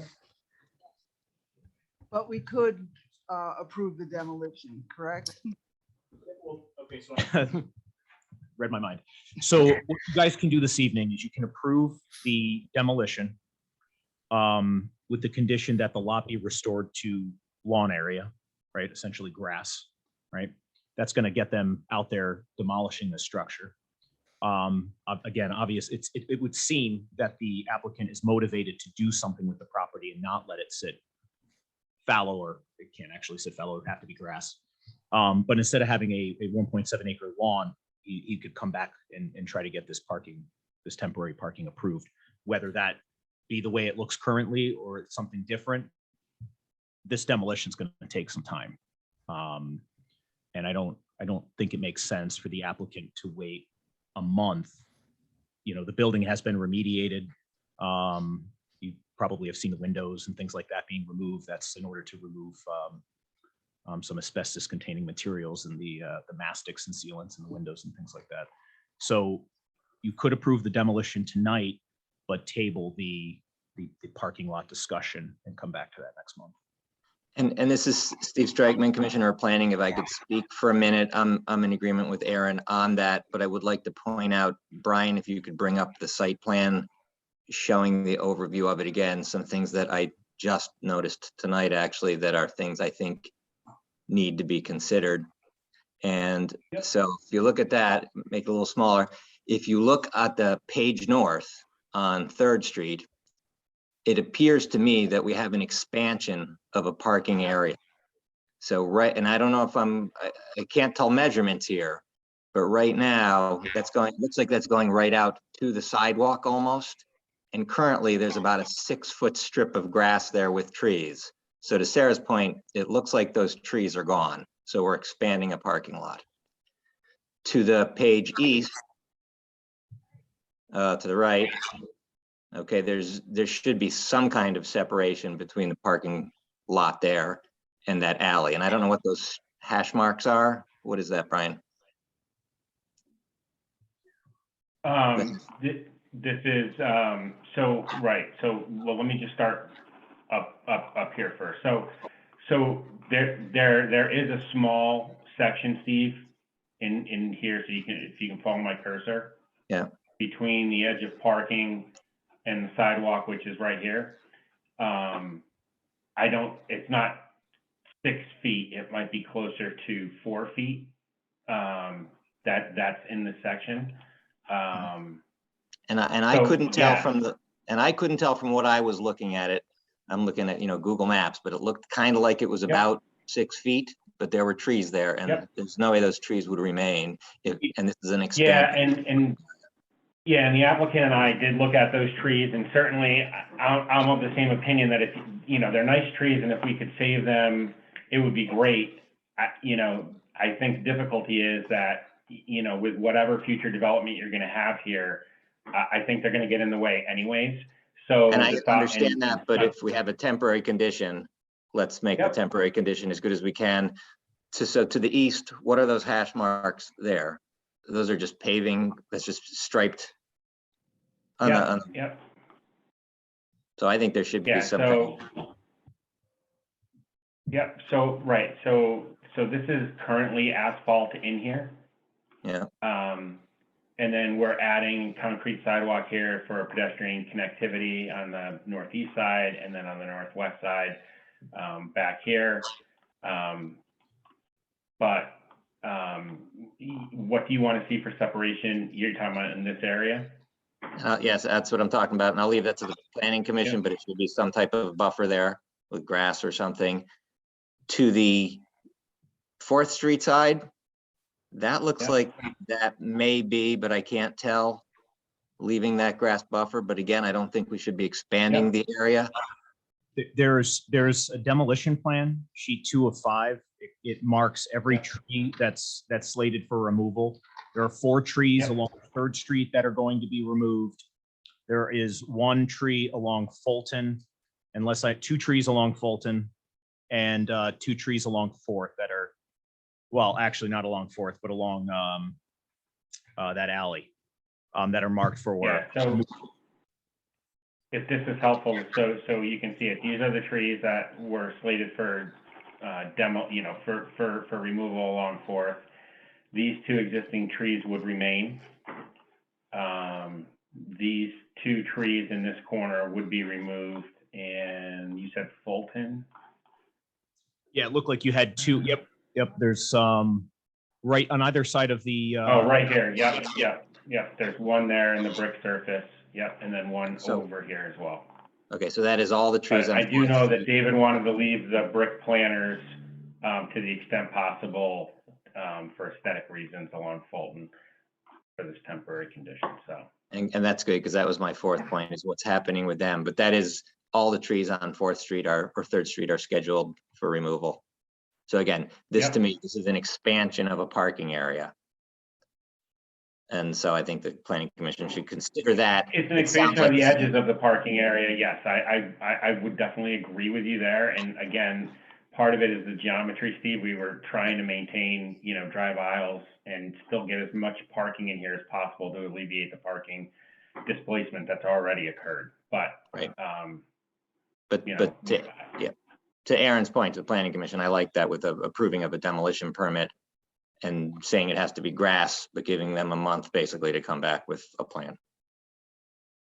So that at least they can get going with the I would demolition. add, if the I would add 1 more condition, which is if the demolition itself requires the removal of trees, that they be replaced. Again, it can 1 to 1, 1.5 to 1, whatever you guys want to make it, but again, if they come back for a new site plan, that would supersede the grass area, the tree plantings, this and that. You'd be approving a new plan. So that's the question is then does the demolition, if you approve the demolition, are you approving the removal of the trees? Right, and you just have a condition that if trees have to be removed, they are replaced blank, 1 to 1, 2 to 1. Yeah, right, because you're removing 10-inch, right, 10-inch diameter trees, and you're going to be replacing them with new plantings. It's not going to provide the same, so you may want to, again, the applicant seemingly has no intention of leaving the lot that way, but if they were to leave it that way, they would have to plant trees with that condition. So Andy, if I could just ask you quickly, if we were to do something like what Aaron is describing and approve a demolition plan with a stipulation that any trees removed would have to be replaced, could we make that a condition, even if that is ultimately going to be a condition that wouldn't be realized until there's actually a final site plan, a permanent site plan for this? And that could be, 2 years and some in the future. Yes, you could, because it's a condition on the post demolition plan. In effect, what you would be doing is approving the demolition and placing conditions on the post demolition plan for the property. When they come back to you in the future with a plan for the property, that may be a surface parking lot or maybe something completely different, that would supersede whatever plan, post demolition plan you approved as part of the demolition permit. After it's approved. Yes. Correct.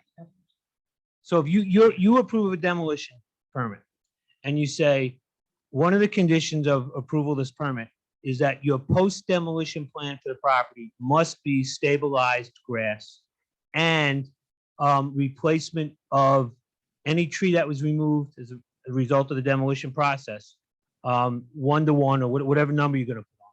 And so that's your approval of the demolition permit with a post demolition plan for the property.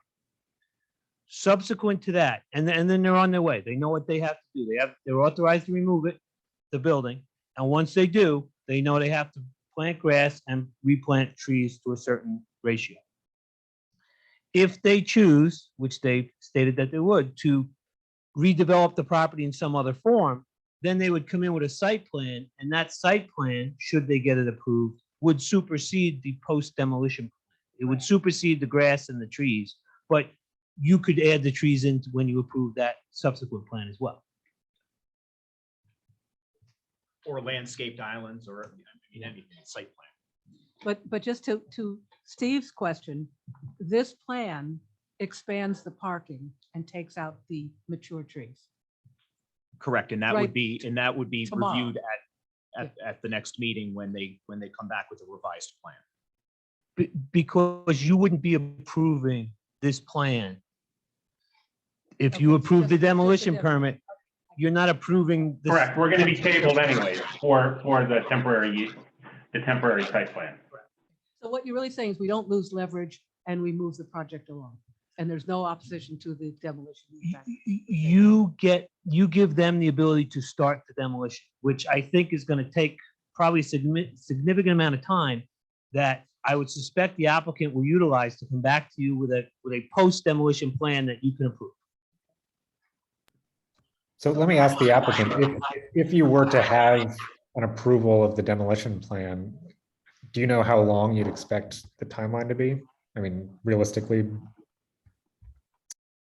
For the demolition, I think it's gonna be at least 2 to 3 months would be my guess for the demolition work. So, I mean, what I would suspect is, I mean, nothing we've talked about here, I mean, this is not that complicated of a site.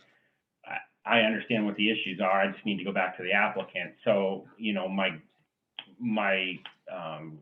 instinct would be to, you know, see if we could table this, and then in the interim, you know, for next month on the, not table the demolition. I like that idea of separating the two actions and then coming back to you with the modifications for the surface treatments. I will see what I can do to, you know, shrink this footprint a little bit. I'm going to lose some parking, which I know is not ideal, but Well, I yes, if it was understand to what your take all the- concerns are. We can't just go on tonight about the exact details, I don't think. Right.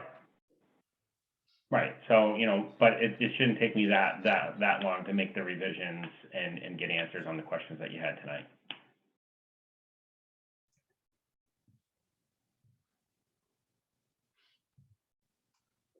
But yes, I know they are actively trying to get, you know, now we're in construction season, so they're actively, you know, working to get that demolition approval sooner than later.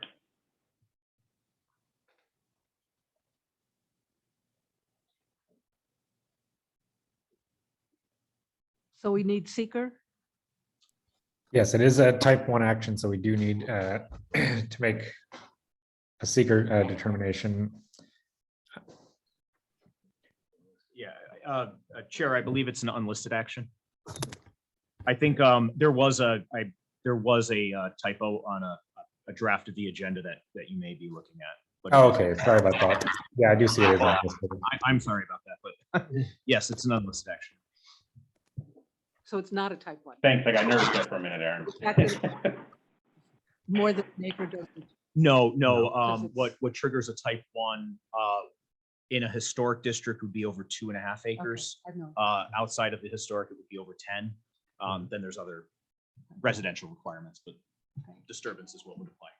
And if you remember from some prior applications a few years ago, a demolitions as an action isn't listed either in a type 1 list or the type 2 list. So they're always unlisted because, Okay, because of the demolition. yeah. Can you go back to the sheet that shows the That's plan? a question for Brian. That's a screen. So yeah, even for the demolition, we'd still need to make a seeker declaration and then if the commissioners, well, I wanted to turn the commissioners and ask if people, what all of you thought about the idea of approving a demolition plan when we don't actually have a site plan in place with the understanding that that essentially means it would have to be restored to a grass lot if it gets to that point by that time. I think, Comfortable with that. yeah, we understand that. I would just want to add maybe conditions about like operation hours or something for the demo, For the lawn? or the demolition. Oh. Sorry, that's a lot. I mean, those are already stipulated in our code. In terms of noise, Yeah, is that the concern? Yeah, there's already hours of construction stated in our code. okay.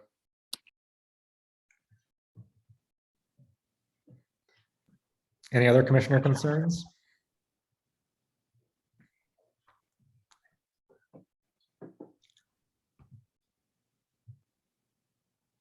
And a quick question, Andy, since we understand that we're going to be getting a revised site plan, if we make a secret determination tonight regarding the demolition plan, in the future, we're presented with a revised site plan, you know, temporary or permanent or whatever, what have you, we're at that point still able to revise our secret determination if we find that there are impacts, correct?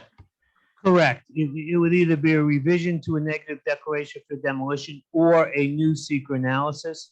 You can't do an effective secret analysis at this juncture because you just don't know what is going to be proposed.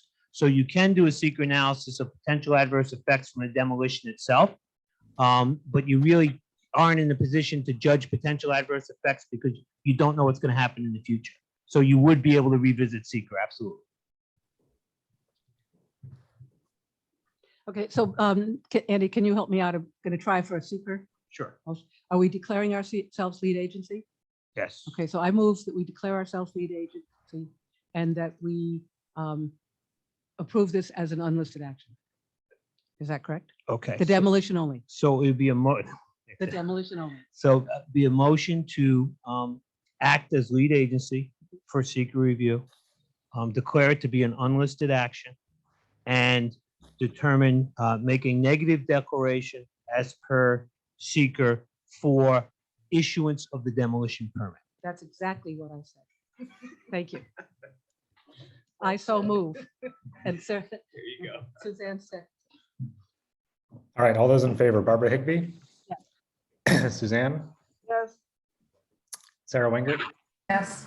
Roddy Yagan? Yes, And I vote yes, the motion carries 5-0. And I move that we approve the demolition permit.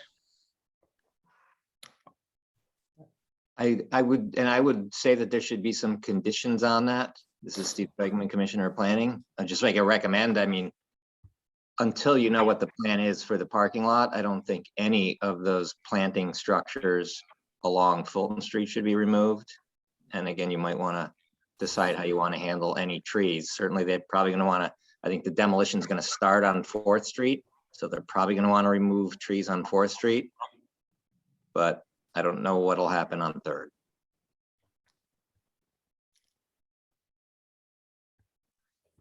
I think that's a good comment, Steve. Thank you. So would any of the commissioners like to weigh in on terms of what conditions we want to put explicitly? I'm thinking that the planters along Fulton Street not be disturbed. I mean, broadly, I'd like to see as few trees as necessary be removed. So, I don't know why they couldn't demolish this without removing those. And any trees that do come out shall be replaced in kind by 2. Well, the other possibility, and we've never ever done it, can you hear me? Is to say that they have to contribute to a tree fund, because if the site can't handle it, and when we get all that said and done, all we are doing is losing trees all over the place. But it'd have to be a program. I don't think you could do it. We don't have a mechanism for that. We couldn't accept funding for that. Other places have a mitigation fund. Yes, and we But we don't could have go the through that program. process Yeah. at some point, but that would be a city council action. Right, and we don't have the To program, institute that, we can't Yeah. require that. but we should. Well, you can't, yes. And we. And we should have parking mitigation fees too. But I think I heard Sarah mention 2 to 1. So if trees are removed, as part of this demolition, they be replaced in kind 2-to-1 is what I heard. Yes, with 3-inch caliper or greater.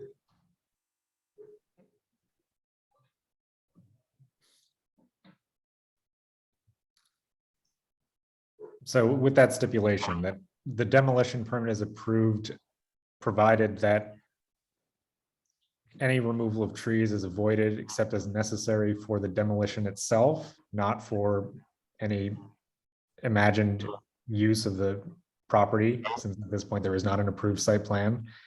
And any trees that are removed have to be replaced 2-to-1. Anthony, can I take a stab at it? Sure. And again, I recognize that it's on Zoom, it gets pretty confusing. So what it would be, in my opinion, is a motion to authorize the issuance of a demolition permit with a post-demolition plan comprised of stabilized grass, with the condition that if the demolition requires removal of trees, they must be replaced in kind ×2 and be of at least 3-inch caliber or greater, and that no parking structures along Fulton Street, no planting structures along Fulton Street shall be disturbed. I think that got it, Andy. Thank you. Do we have a second? I will second that motion. All right, all those in favor, Barbara Higbee, Yes, Suzanne Spellin, Yes, Roddy Yagan, Yes. Sarah Wingert, Yes, and I vote yes. The motion carries 5-0. And so as far as the site plan application, I think we'll be tabling that. Brian, do you want to be on next month's agenda? Yeah, that'd be great.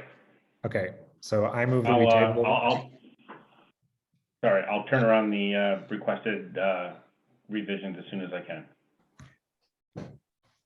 So I move that we table that application to the May 18th Planning Commission agenda. Second. All those in favor, Barbara Higbee, yes, Suzanne Spellin, yes, Sarah Wingert, yes, Roddy Yagan, Yes. and I vote yes. The motion carries 5-0. The application is adjourned to May 18th. Thank you. Thanks, everyone. Appreciate your time. Okay, we have 3 more items on the agenda. I just wanted to let everyone know that I am going to be making a slight modification to the agenda tonight. I'm going to be moving application PLPC 2022-44, that's 504 2nd Avenue, to the end of tonight's agenda. In case anybody is waiting to speak on it, just letting you know, the reason being that one of the commissioners has to recuse themselves, and so this will allow them to weigh in on the final application on tonight's agenda and then leave after that's done. But right now we're going to turn to PLPC 2022-45. This is Country Garden Acres. Do we have the applicant? Is this on? Yes. Okay. Sarah Drury from LaBelle Associates is presenting on behalf. Thank you. And did you have a presentation, Aaron? Do you want to put the application? I will share my screen with the Yeah. applicant's materials. While Aaron's bringing it up, I'll just get started. So hi, my name is Sarah Drury. I am part of LaBelle Associates, and I'm presenting on behalf of the Dunleer Drive Extension Project.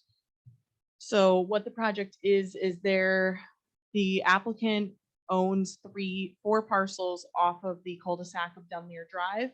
And 3 of those parcels, he is proposing to extend Dunleer Drive and develop 11 single-family homes and 12 lots total, because 1 lot will be remaining lands.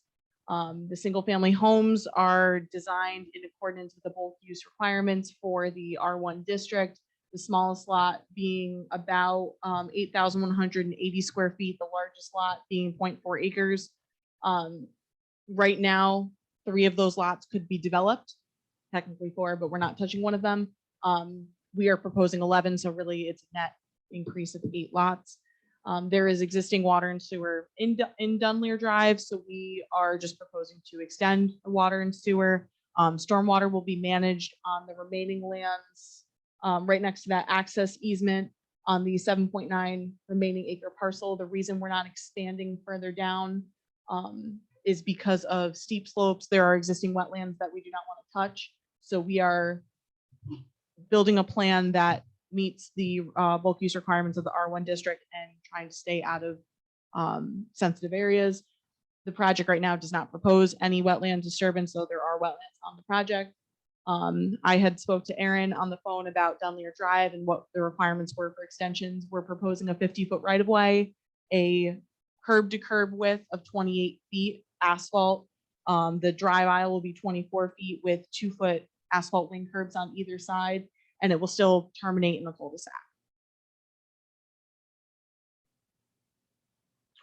Just a couple of things to note here. The extension of a city street, the decision to take on a city street is not the planning commission's, that's the city council's. So if the applicant is proposing to dedicate this road to the city council would have to vote to accept that dedication. You can't just give property to somebody who doesn't want it. So any action that the planning commission take would be contingent on that if the applicant's plan is to dedicate that road. The other option would be the applicant incorporate an HOA. The city right of way would end where it currently does, and this extension of the road would be private, and the costs of maintenance would be borne by the residents. So those are the two options. I believe the current proposal is to dedicate the road, so that would require city council approval. The planning commission could recommend for or against that if they wish.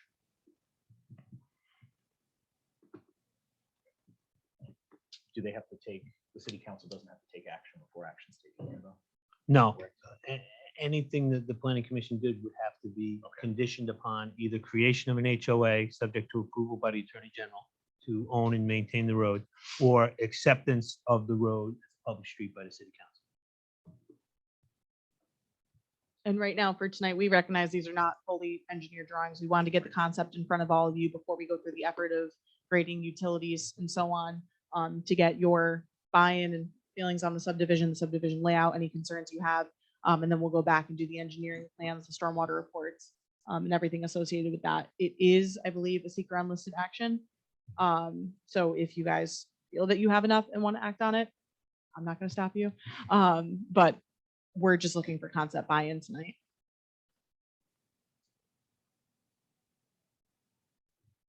Chair, you could also see if there's any public comment as well. Yeah, let's see first. I don't know if there will be any, but did any members of the public come to comment on this application this evening?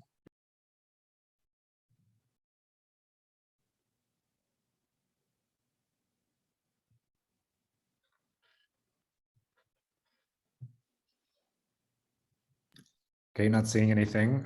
Do any of the commissioners have any comments?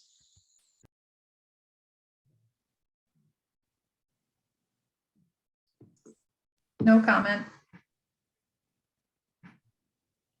My initial comment would just be some of the houses look quite close together. I'm sure it's all within the zoning allowances, but it's just, I see so many subdivisions now with houses on top of each other. So the homes shown right now are not, the architecture isn't refined yet. So the thought is right now that these are going to be more ranch style, anywhere between 1,500 to 2,400 square feet. So right now, these are just representative. These are big boxes. It's just showing that we can fit lots in the setback requirements. As architecture gets vetted out, these shapes would not necessarily be what's represented out there. And it gives us something to design stormwater against as well. So that shows the buildable.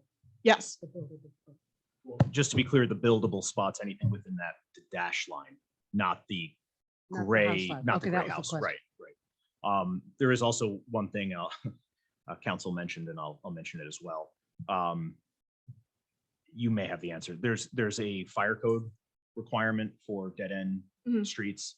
I don't know if we're over, I think it's 750 feet. I thought it was 1,200, but Okay. it I'm might not be- the engineer. So we looked into this, because I remember speaking you Yeah, on the phone appendix with D of this. the fire code. I believe we do meet the requirements, Okay. so we're still okay. That is something we will run by the fire department just to make sure that they don't need us either a second means of egress onto the property. Again, we'll just verify that kind of stuff. And I think the measurement begins at the existing road, not your proposed Yes. extension. Right. So just for scale, where the existing property line ends. From the existing property line back to the center line of cul-de-sac is about 120 feet. So we're well within that threshold of the existing zone. We did look into it though from that conversation I had with you.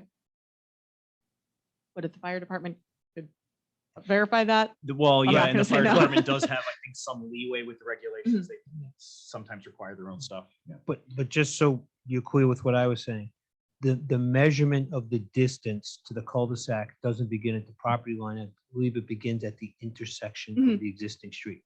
So that's. oh, okay. It's how long the dead end is. Yep. Right. It's how long it takes for a fire truck to get from the intersection with an adjoining street to the cul-de-sac. Okay. We'll take a second look at it.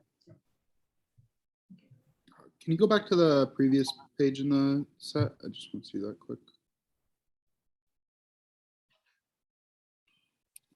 Gotta move some of these videos out of the way.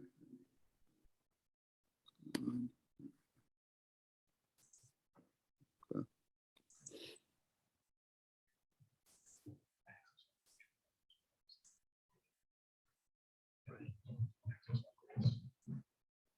Okay, thanks.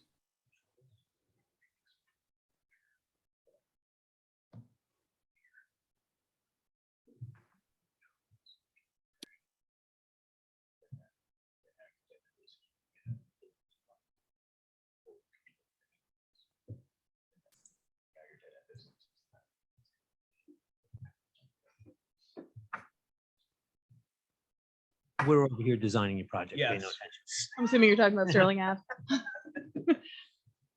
So are we,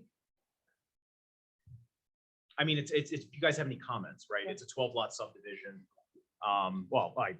It's an 8 new lot subdivision. So if there's any comment that you guys want to provide, otherwise it becomes much more of just a technical review at that point. so and you're looking for concept?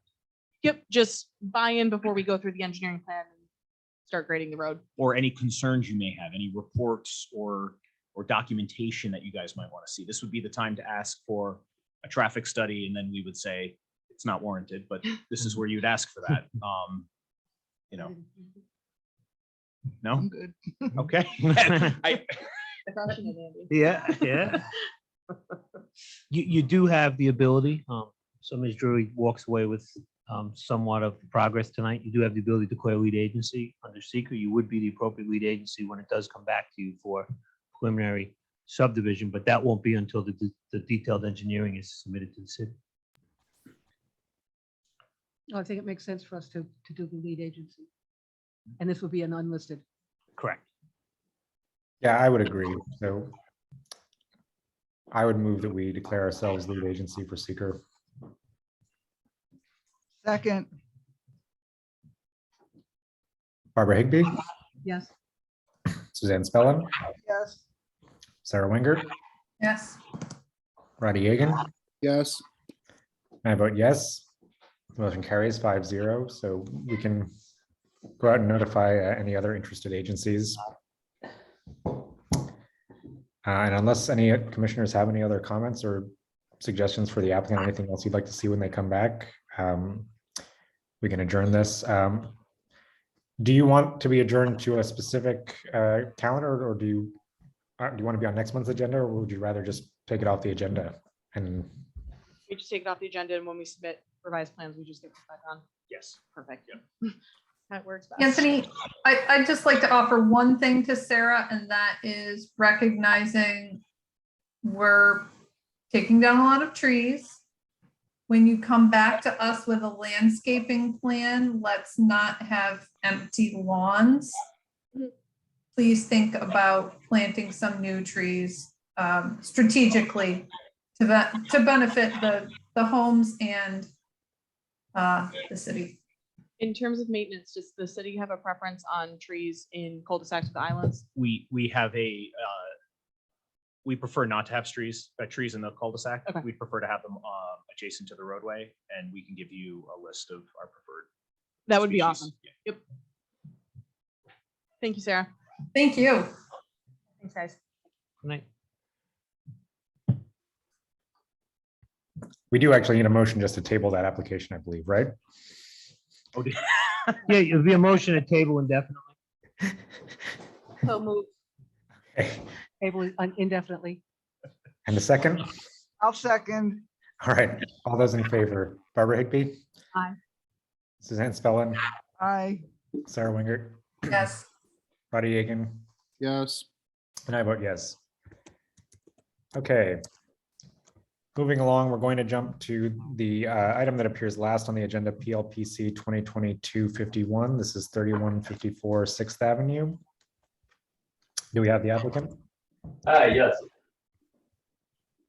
Can you hear me? This is Manuel Yes, Cordero. yes, we can hear you. Great, all right. Thank you. So if you want to share your screen, you can request that. Eric can let you share yours, or I don't know what you'd prefer. I'll share my screen.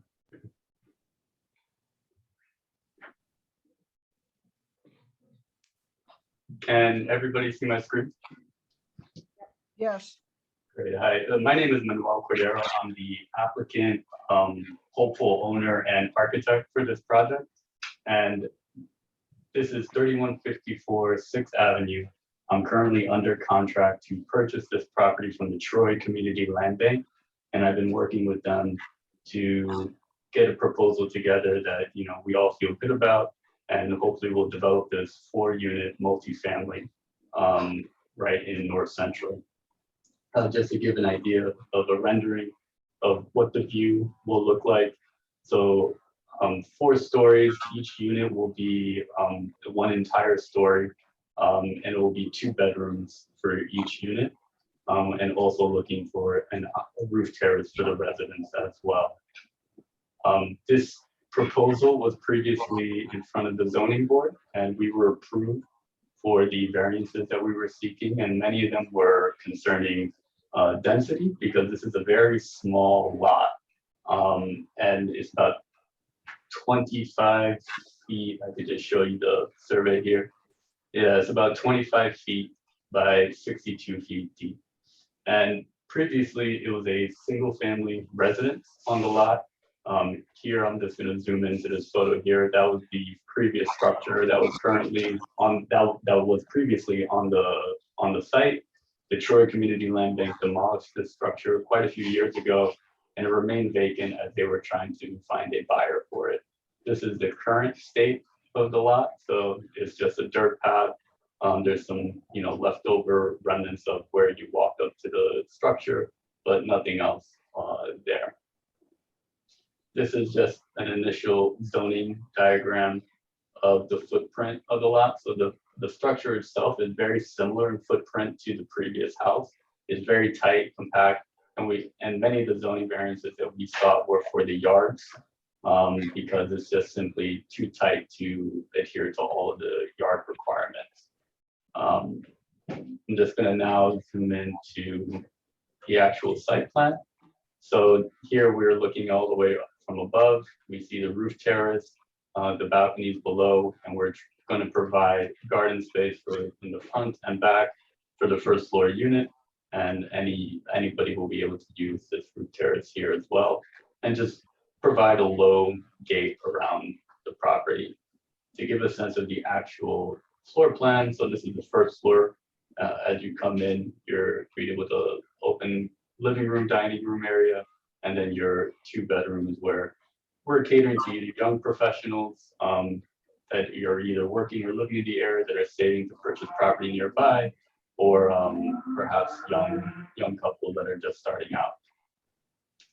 And then to give a sense of the context of the area, so this drawing right here is an overall elevation of the property, and each of these photos here are of the adjacent properties about 2 blocks north and south each way.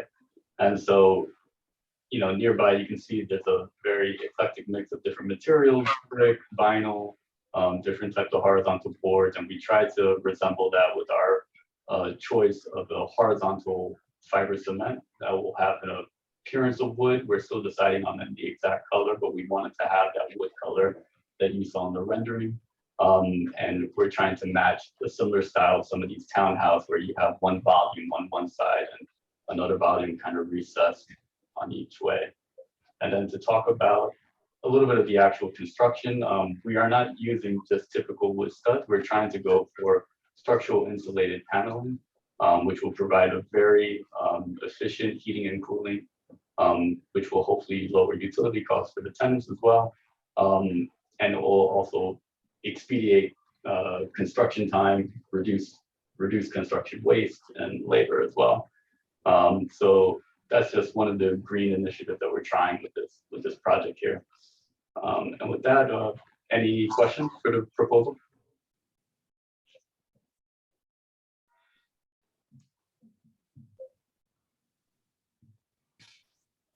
I have a procedural question. I'm on the board of the land bank, but I'm not on the committee that approves the sale of projects. Am I conflicted? I don't know. Are you, Manuel, are you under contract? Correct, yes, we're under contract right now. You're out? She's out. I've been kicked out. It's just safer. I'll hang out for the next one. Okay. Sorry, Suzanne. I guess I just have one question. I think the whole thing looks great, but is that material going to be durable in, for exterior abuse? Absolutely. So the actual technical term for this material, the structural insulated panel, we're using a new type that's also, it's called magnesium oxide, and the manufacturer is actually local in Cohoes. The company name is Green Build Sips. They've done quite a few projects, quite a few large residential projects as well.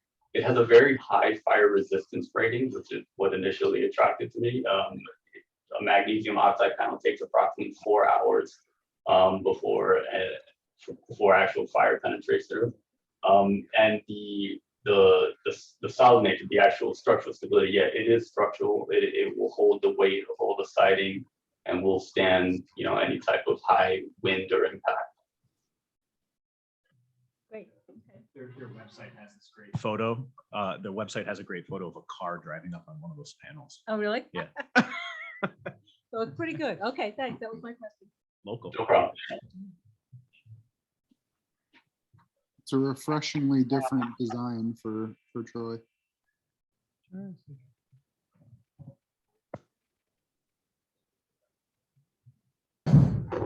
chance we can see the other elevations? I don't have the other elevations available right here. I could pull it up on my computer if you give me just one minute. Is that okay? That would be wonderful. Thank you. Yeah, no problem.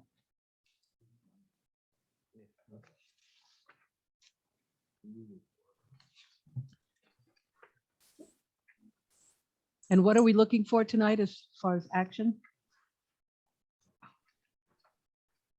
So I was here for, it's required to be for site planning review for this type of R4 residential project. And yeah, that's the reason why I'm here. I just little extra information. So one of the reasons why this project kind of triggers a full planning commission review is that it is larger than a 2-family. And then it does require, it is an unlisted seeker action as well, because a seeker type 2 actions for residential structures, they max out at 3 units. So by being a 4-unit, he requires a full site plan review and seeker.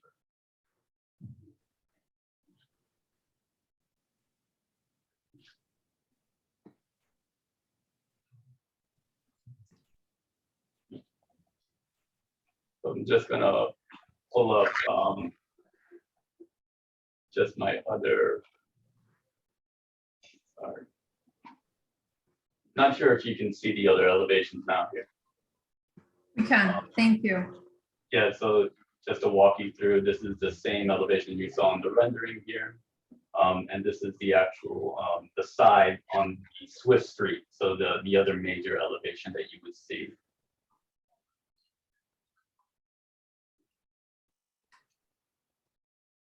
Big applause on using the rooftop space. I knew Robbie would like that. I think it's great. Nice.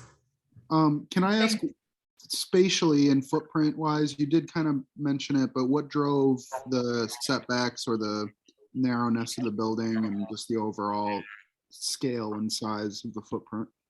Yeah, let me just put it back on the plan here.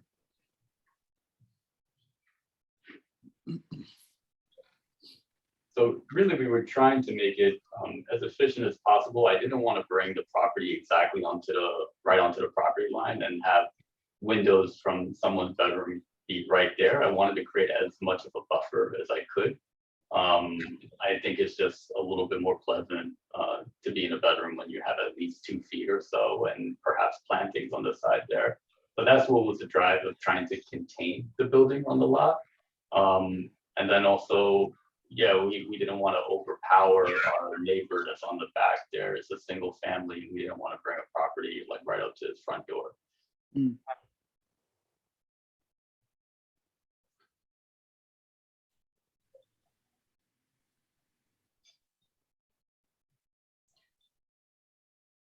So Anthony, are we looking for a seeker? Yeah, we do need to make a seeker declaration, and then if we feel we have enough information, we can also review the site plan and approve if we see fit. Does anybody have any other concerns? I think it's pretty great. No, I tend to agree with Roddy. I think it's, it's an unusual design, but in kind of a pleasant way.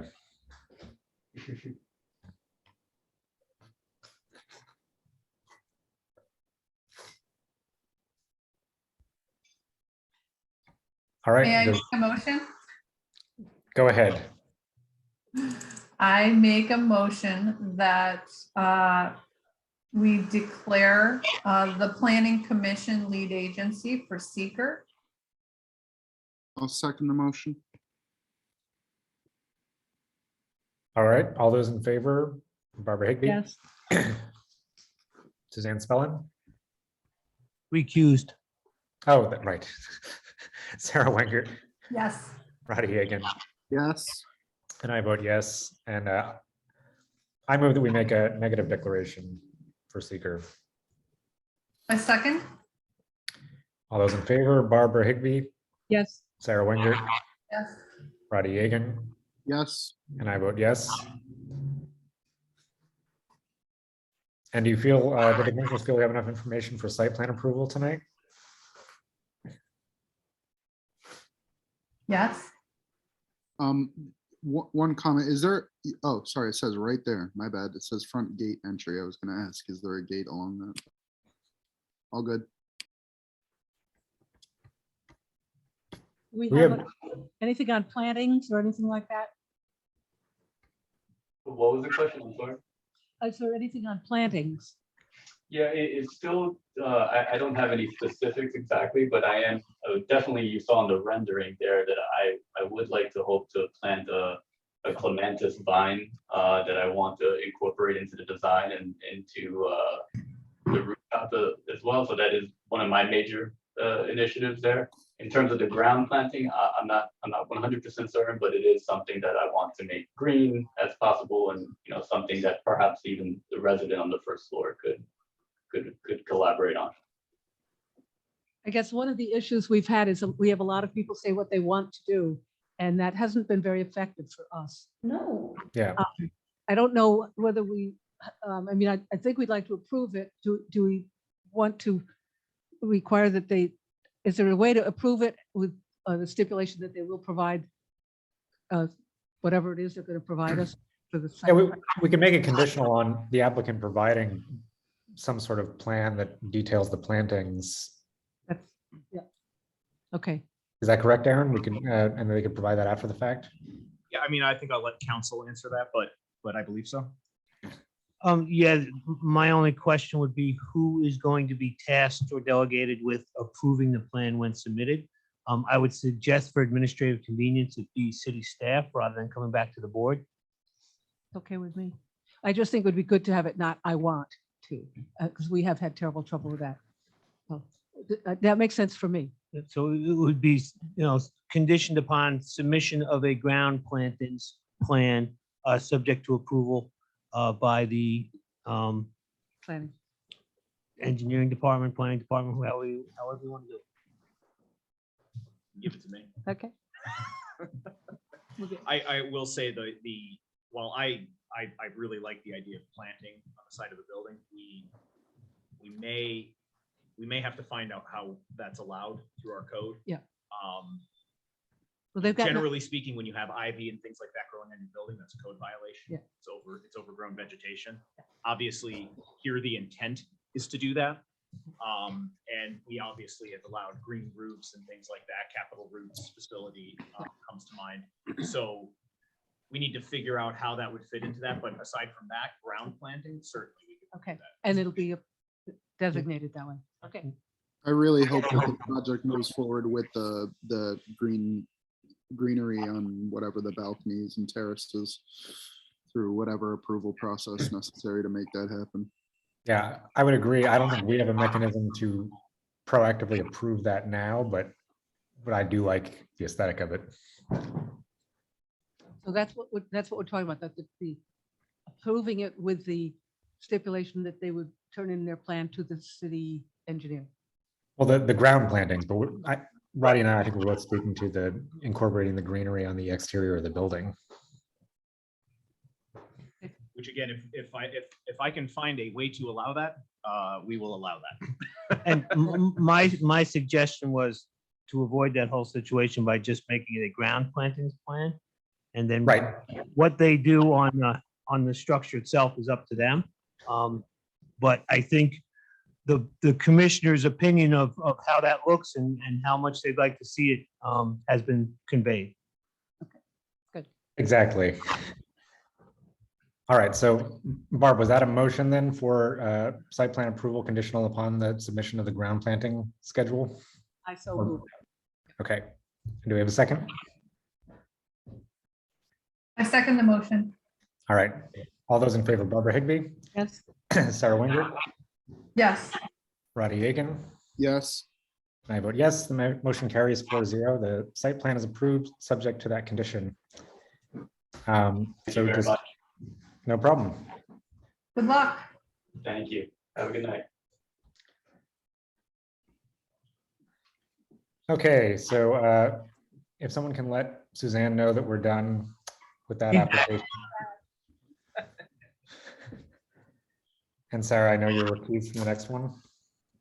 Yes, I will recuse myself from the next proposal as my firm is the architect of record for the project. Thank you all. Good night. Night, Sarah. So moving on to PLPC 2022-44, 504 Second Avenue. Do we have the applicant present? Yes, they're here with us, Anthony. Okay, great.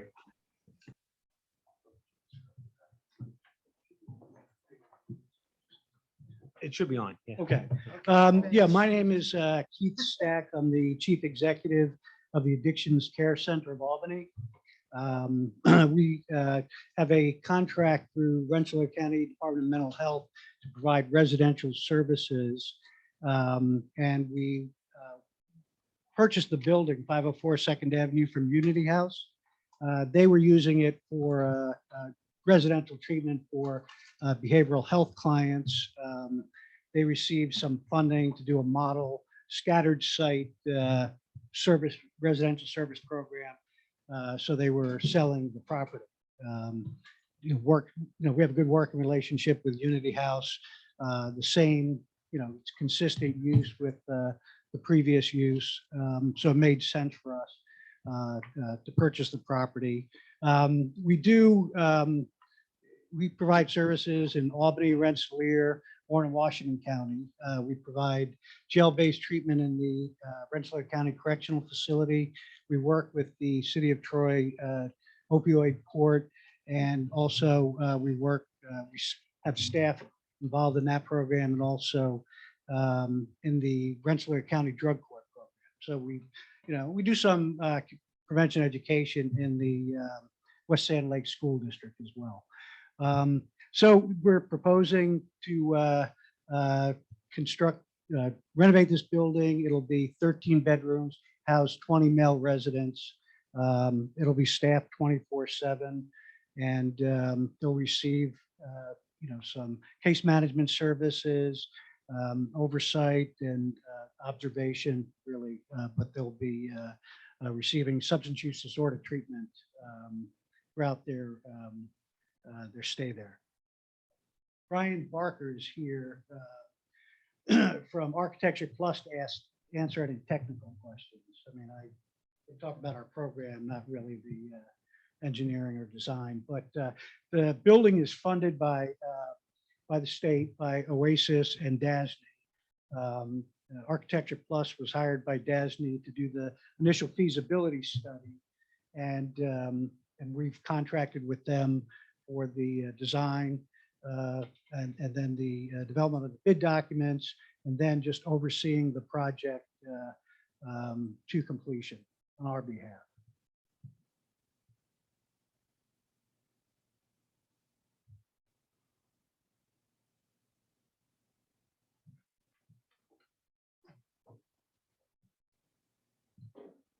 If there are any materials the commissioners would like me to pull up on my screen, I can do that. I do believe we still have some members of the public in attendance on Zoom, so I would suspect they wish to comment on this proposal as well.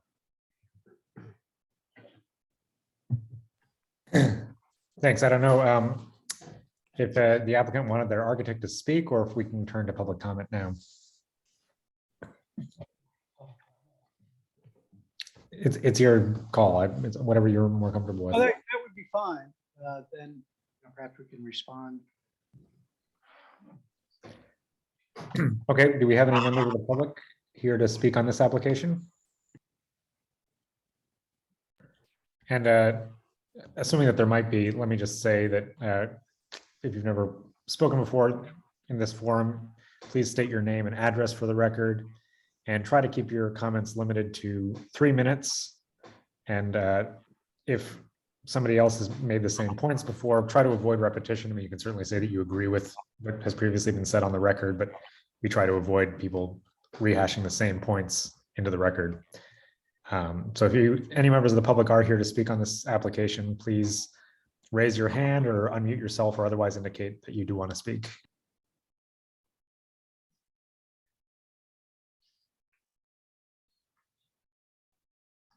Can I just ask one question? Is this a project that we have jurisdiction over? Do we have just site plan approval? Yes, you have jurisdiction over it, but I think if you're like many other housing projects, the tenancy is not up for discussion, but you do have the ability to do site plan review. Yeah. And review the architecture of the Okay. building and any modifications they're making. Obviously site plan work is limited. This is an existing structure, it's reuse. So most of the materials provided were architectural in nature, but they did have a site plan that shows walkways, entrances. Certainly lighting and security and things like that are up for discussion. And I would also add, Barb, that clearly with site plan review, your jurisdiction is limited to aspects of the site itself, exterior portions of the site that are being altered as a result of this proposal. Thank you. Thanks. And Aaron and Andy, as to those points, one other thing I wanted to add, as I understand it, there's no change of use being proposed for this, since it is consistent with the existing use, right? So essentially, we're just looking at the site plan. Correct. You're looking at any changes to the existing conditions that they're proposing. And it's a community residential. This is Steve Strikeman. It's a community residential facility, which is an allowed use in that area. Great, thank you. So I haven't seen any members of the public raise their hands. Did anybody want to speak on this application tonight? Otherwise, we will move to commissioner comments.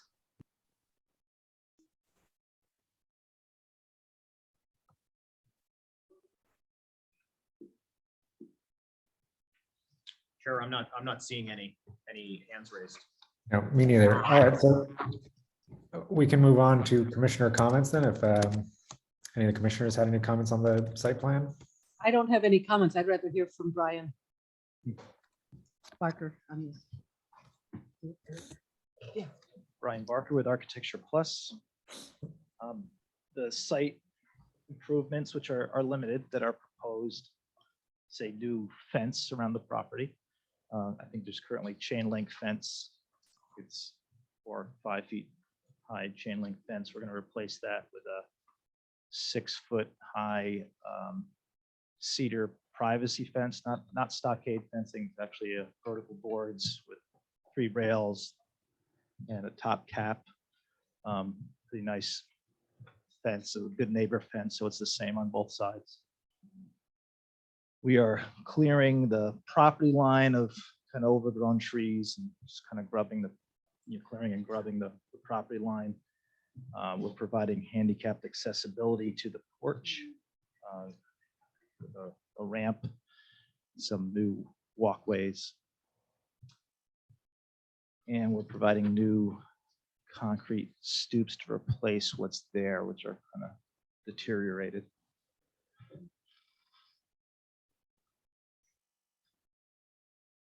And we're repairing the side porch as well. There's some limited repairs to the side porch. We're also repairing the side porch structure.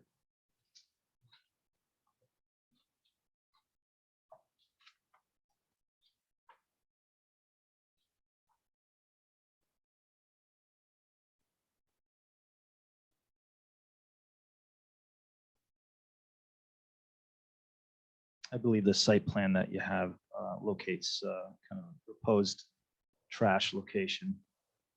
There's no additional signage proposed, no change in parking. The use remains the same.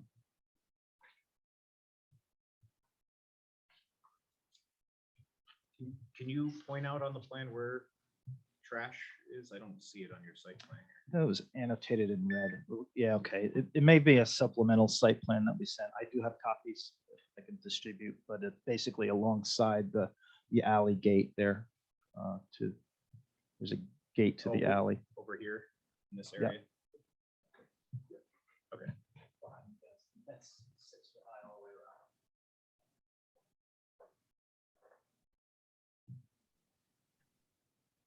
So I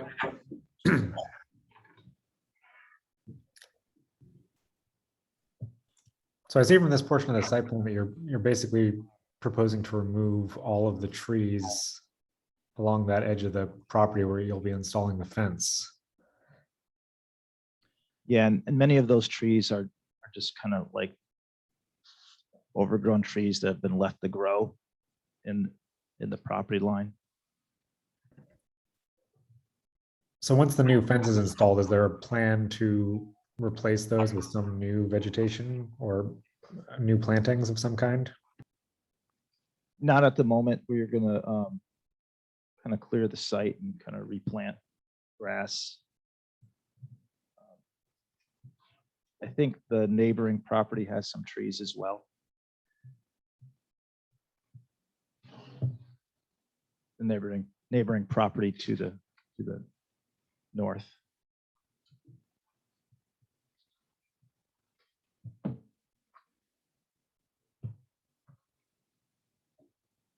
As you can see, the trees are very close to the structure, the neighboring structure. Yeah, I mean, if those trees are on their property, then, that might limit what types of plantings you can have. But I mean, as you can see from, if you were here for any of the previous applications, we Those are are- sensitive to removing trees with no plan to replace the vegetation. Those trees are on the property. Those are the ones we're kind of removing. I believe the neighbor's happy about that. They are awfully big. That is an It issue. will get some sunlight into their yard as well.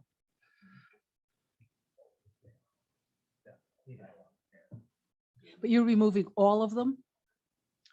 Is that, I mean, that, I believe just about all, some of them are just kind of scrub trees. They're just small. They're actually kind of very, very, very close to the fence. yeah. Yeah. I mean, it does look very overgrown. I guess the trouble that we're having is that we do like some kind of tree, some kind of something, but which we're not in a position to suggest, but to something. Maybe it's even planters or something like that. I don't know. Yeah, there's not, yeah, the fence is 6 foot tall, so it's basically a grass yard. I don't believe there's any trees on the street, if I remember correctly.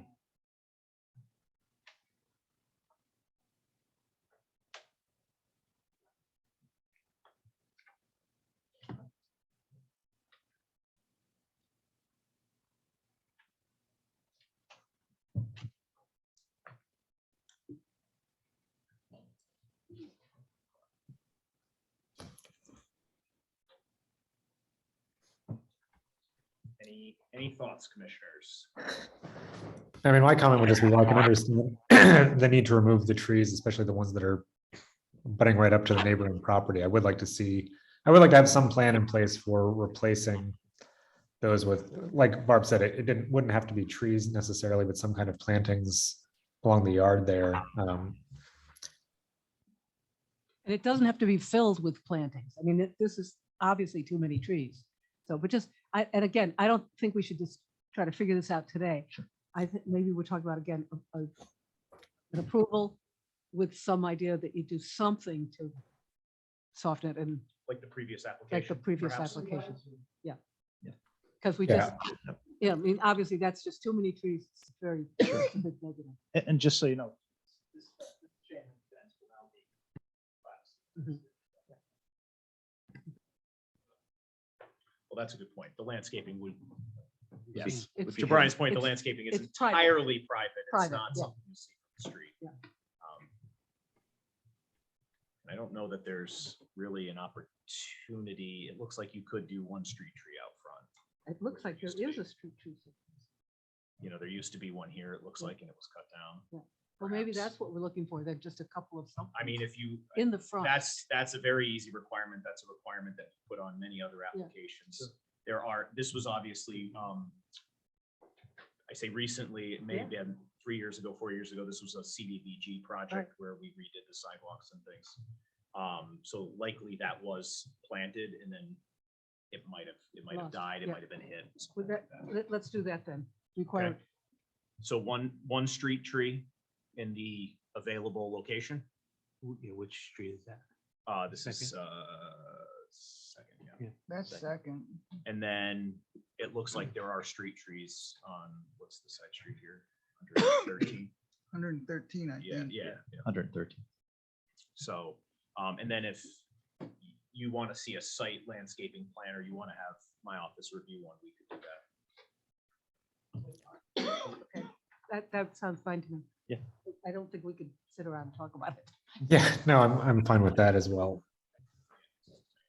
So otherwise, I think the site plans looks pretty straightforward to me. I don't know if anybody else had any other comments. Okay, and this is a type 2, correct? Right. Yeah, so no seeker required. All right, so then if we have a motion for site plan approval, subject to those conditions. Barb, do you want to do the honors? Are we all set for the motion? Sure. Yeah, okay. Then I move approval of the site plan with the provision that the applicant will work with the city engineer. No, I guess we decided that we're talking about the one street tree is to be One street tree replaced. and then, Yep. if you want more of a landscaping plan for the site, I could. Yes, and then actually, if there were some planters or something to just brighten up the site. and that, but you would work with the city engineer on that and not have to come back to the planning commission. Thank you. I I second. second. Oh. All right, moving to a vote. Barbara Higbee, Yes. Suzanne Spellin, Yes, Roddy Yagan, Yes, and I vote yes. Motion carries 4-0. The application is approved, subject to those conditions. Thank you. Thank you. All right, last thing, motion to adjourn. All those in favor? Need a second. aye. Aye. Oh, we need a second. Andy's always on it.